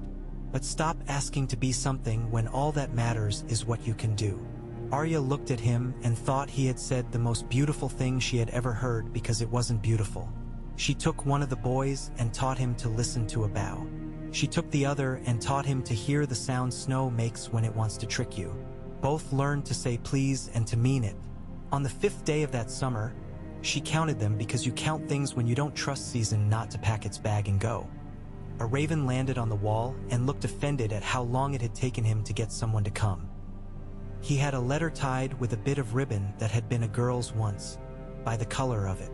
The hand that had written it was John's. It asked for Nothi. No day. It said simply that he had risen to the place where he could see what was coming. He did not like it, but he would not run. He asked for soup and also for Arya to write him a letter that was not about war. He asked what Shaggy Dog would say to a dragon. He'd say, "Go away," Arya said at the table, giggling like she had been surprised by her own mouth. He'd say, "You look like a terrible kind of bird." "Big bird," Sandor said dryly, "with bad manners." She set to writing a letter that did not mention blood once. She told John about the hinge that had stopped slamming, and about Rickon's newest lie that almost had her believing it, and about Osha's knife which had a nick in it now because it had met a bone that had been stubborn, and about Shaggy Dog's new habit of stealing a particular boot from a particular man just to see if the man could find it with his nose. She wrote about the way the gods would smelled in the morning when the green had decided to be ridiculous. She wrote about how sometimes she could almost feel their father's hand on her head when she had done something she wasn't sure he would like, but that he would understand. She wrote, "I am trying not to be only angry, and when I am trying to be angry at the right people." She sealed it with a bit of wax without a seal because seals are for letters that demand. This one asked nothing. She tied it to the bird with fingers that had learned to be careful even when they shook. The raven looked at her as if to say he didn't work for her. And then he worked for her and flew. Winter was not done. Came back with a sly smile and a long memory. Put knives in hands and old fights under beds. It sent men with cold inside them as if the cold had decided it wanted to learn to wear boots. When it did, Winterfell remembered it had been built for this. It remembered which stones did which work. It remembered what a vow sounds like when it's been tied properly. On the morning when the snow fell so slowly it looked like it had decided to stay in the air and make men come to it, Arya walked out to the yard and found Sandor with his hand on the head of a boy who had his father's ears and his mother's temper. The boy looked up at her as if she were a story he wasn't sure he liked yet. She knelt. She said his name. He put his hand in hers. She thought, without flinching this time, "There will be a day I am not necessary, and I am making that day with everything I do." She stood. She looked at the gate. She looked at the world. She said the one word that had started all this and had ended it and had started it again. "Keep."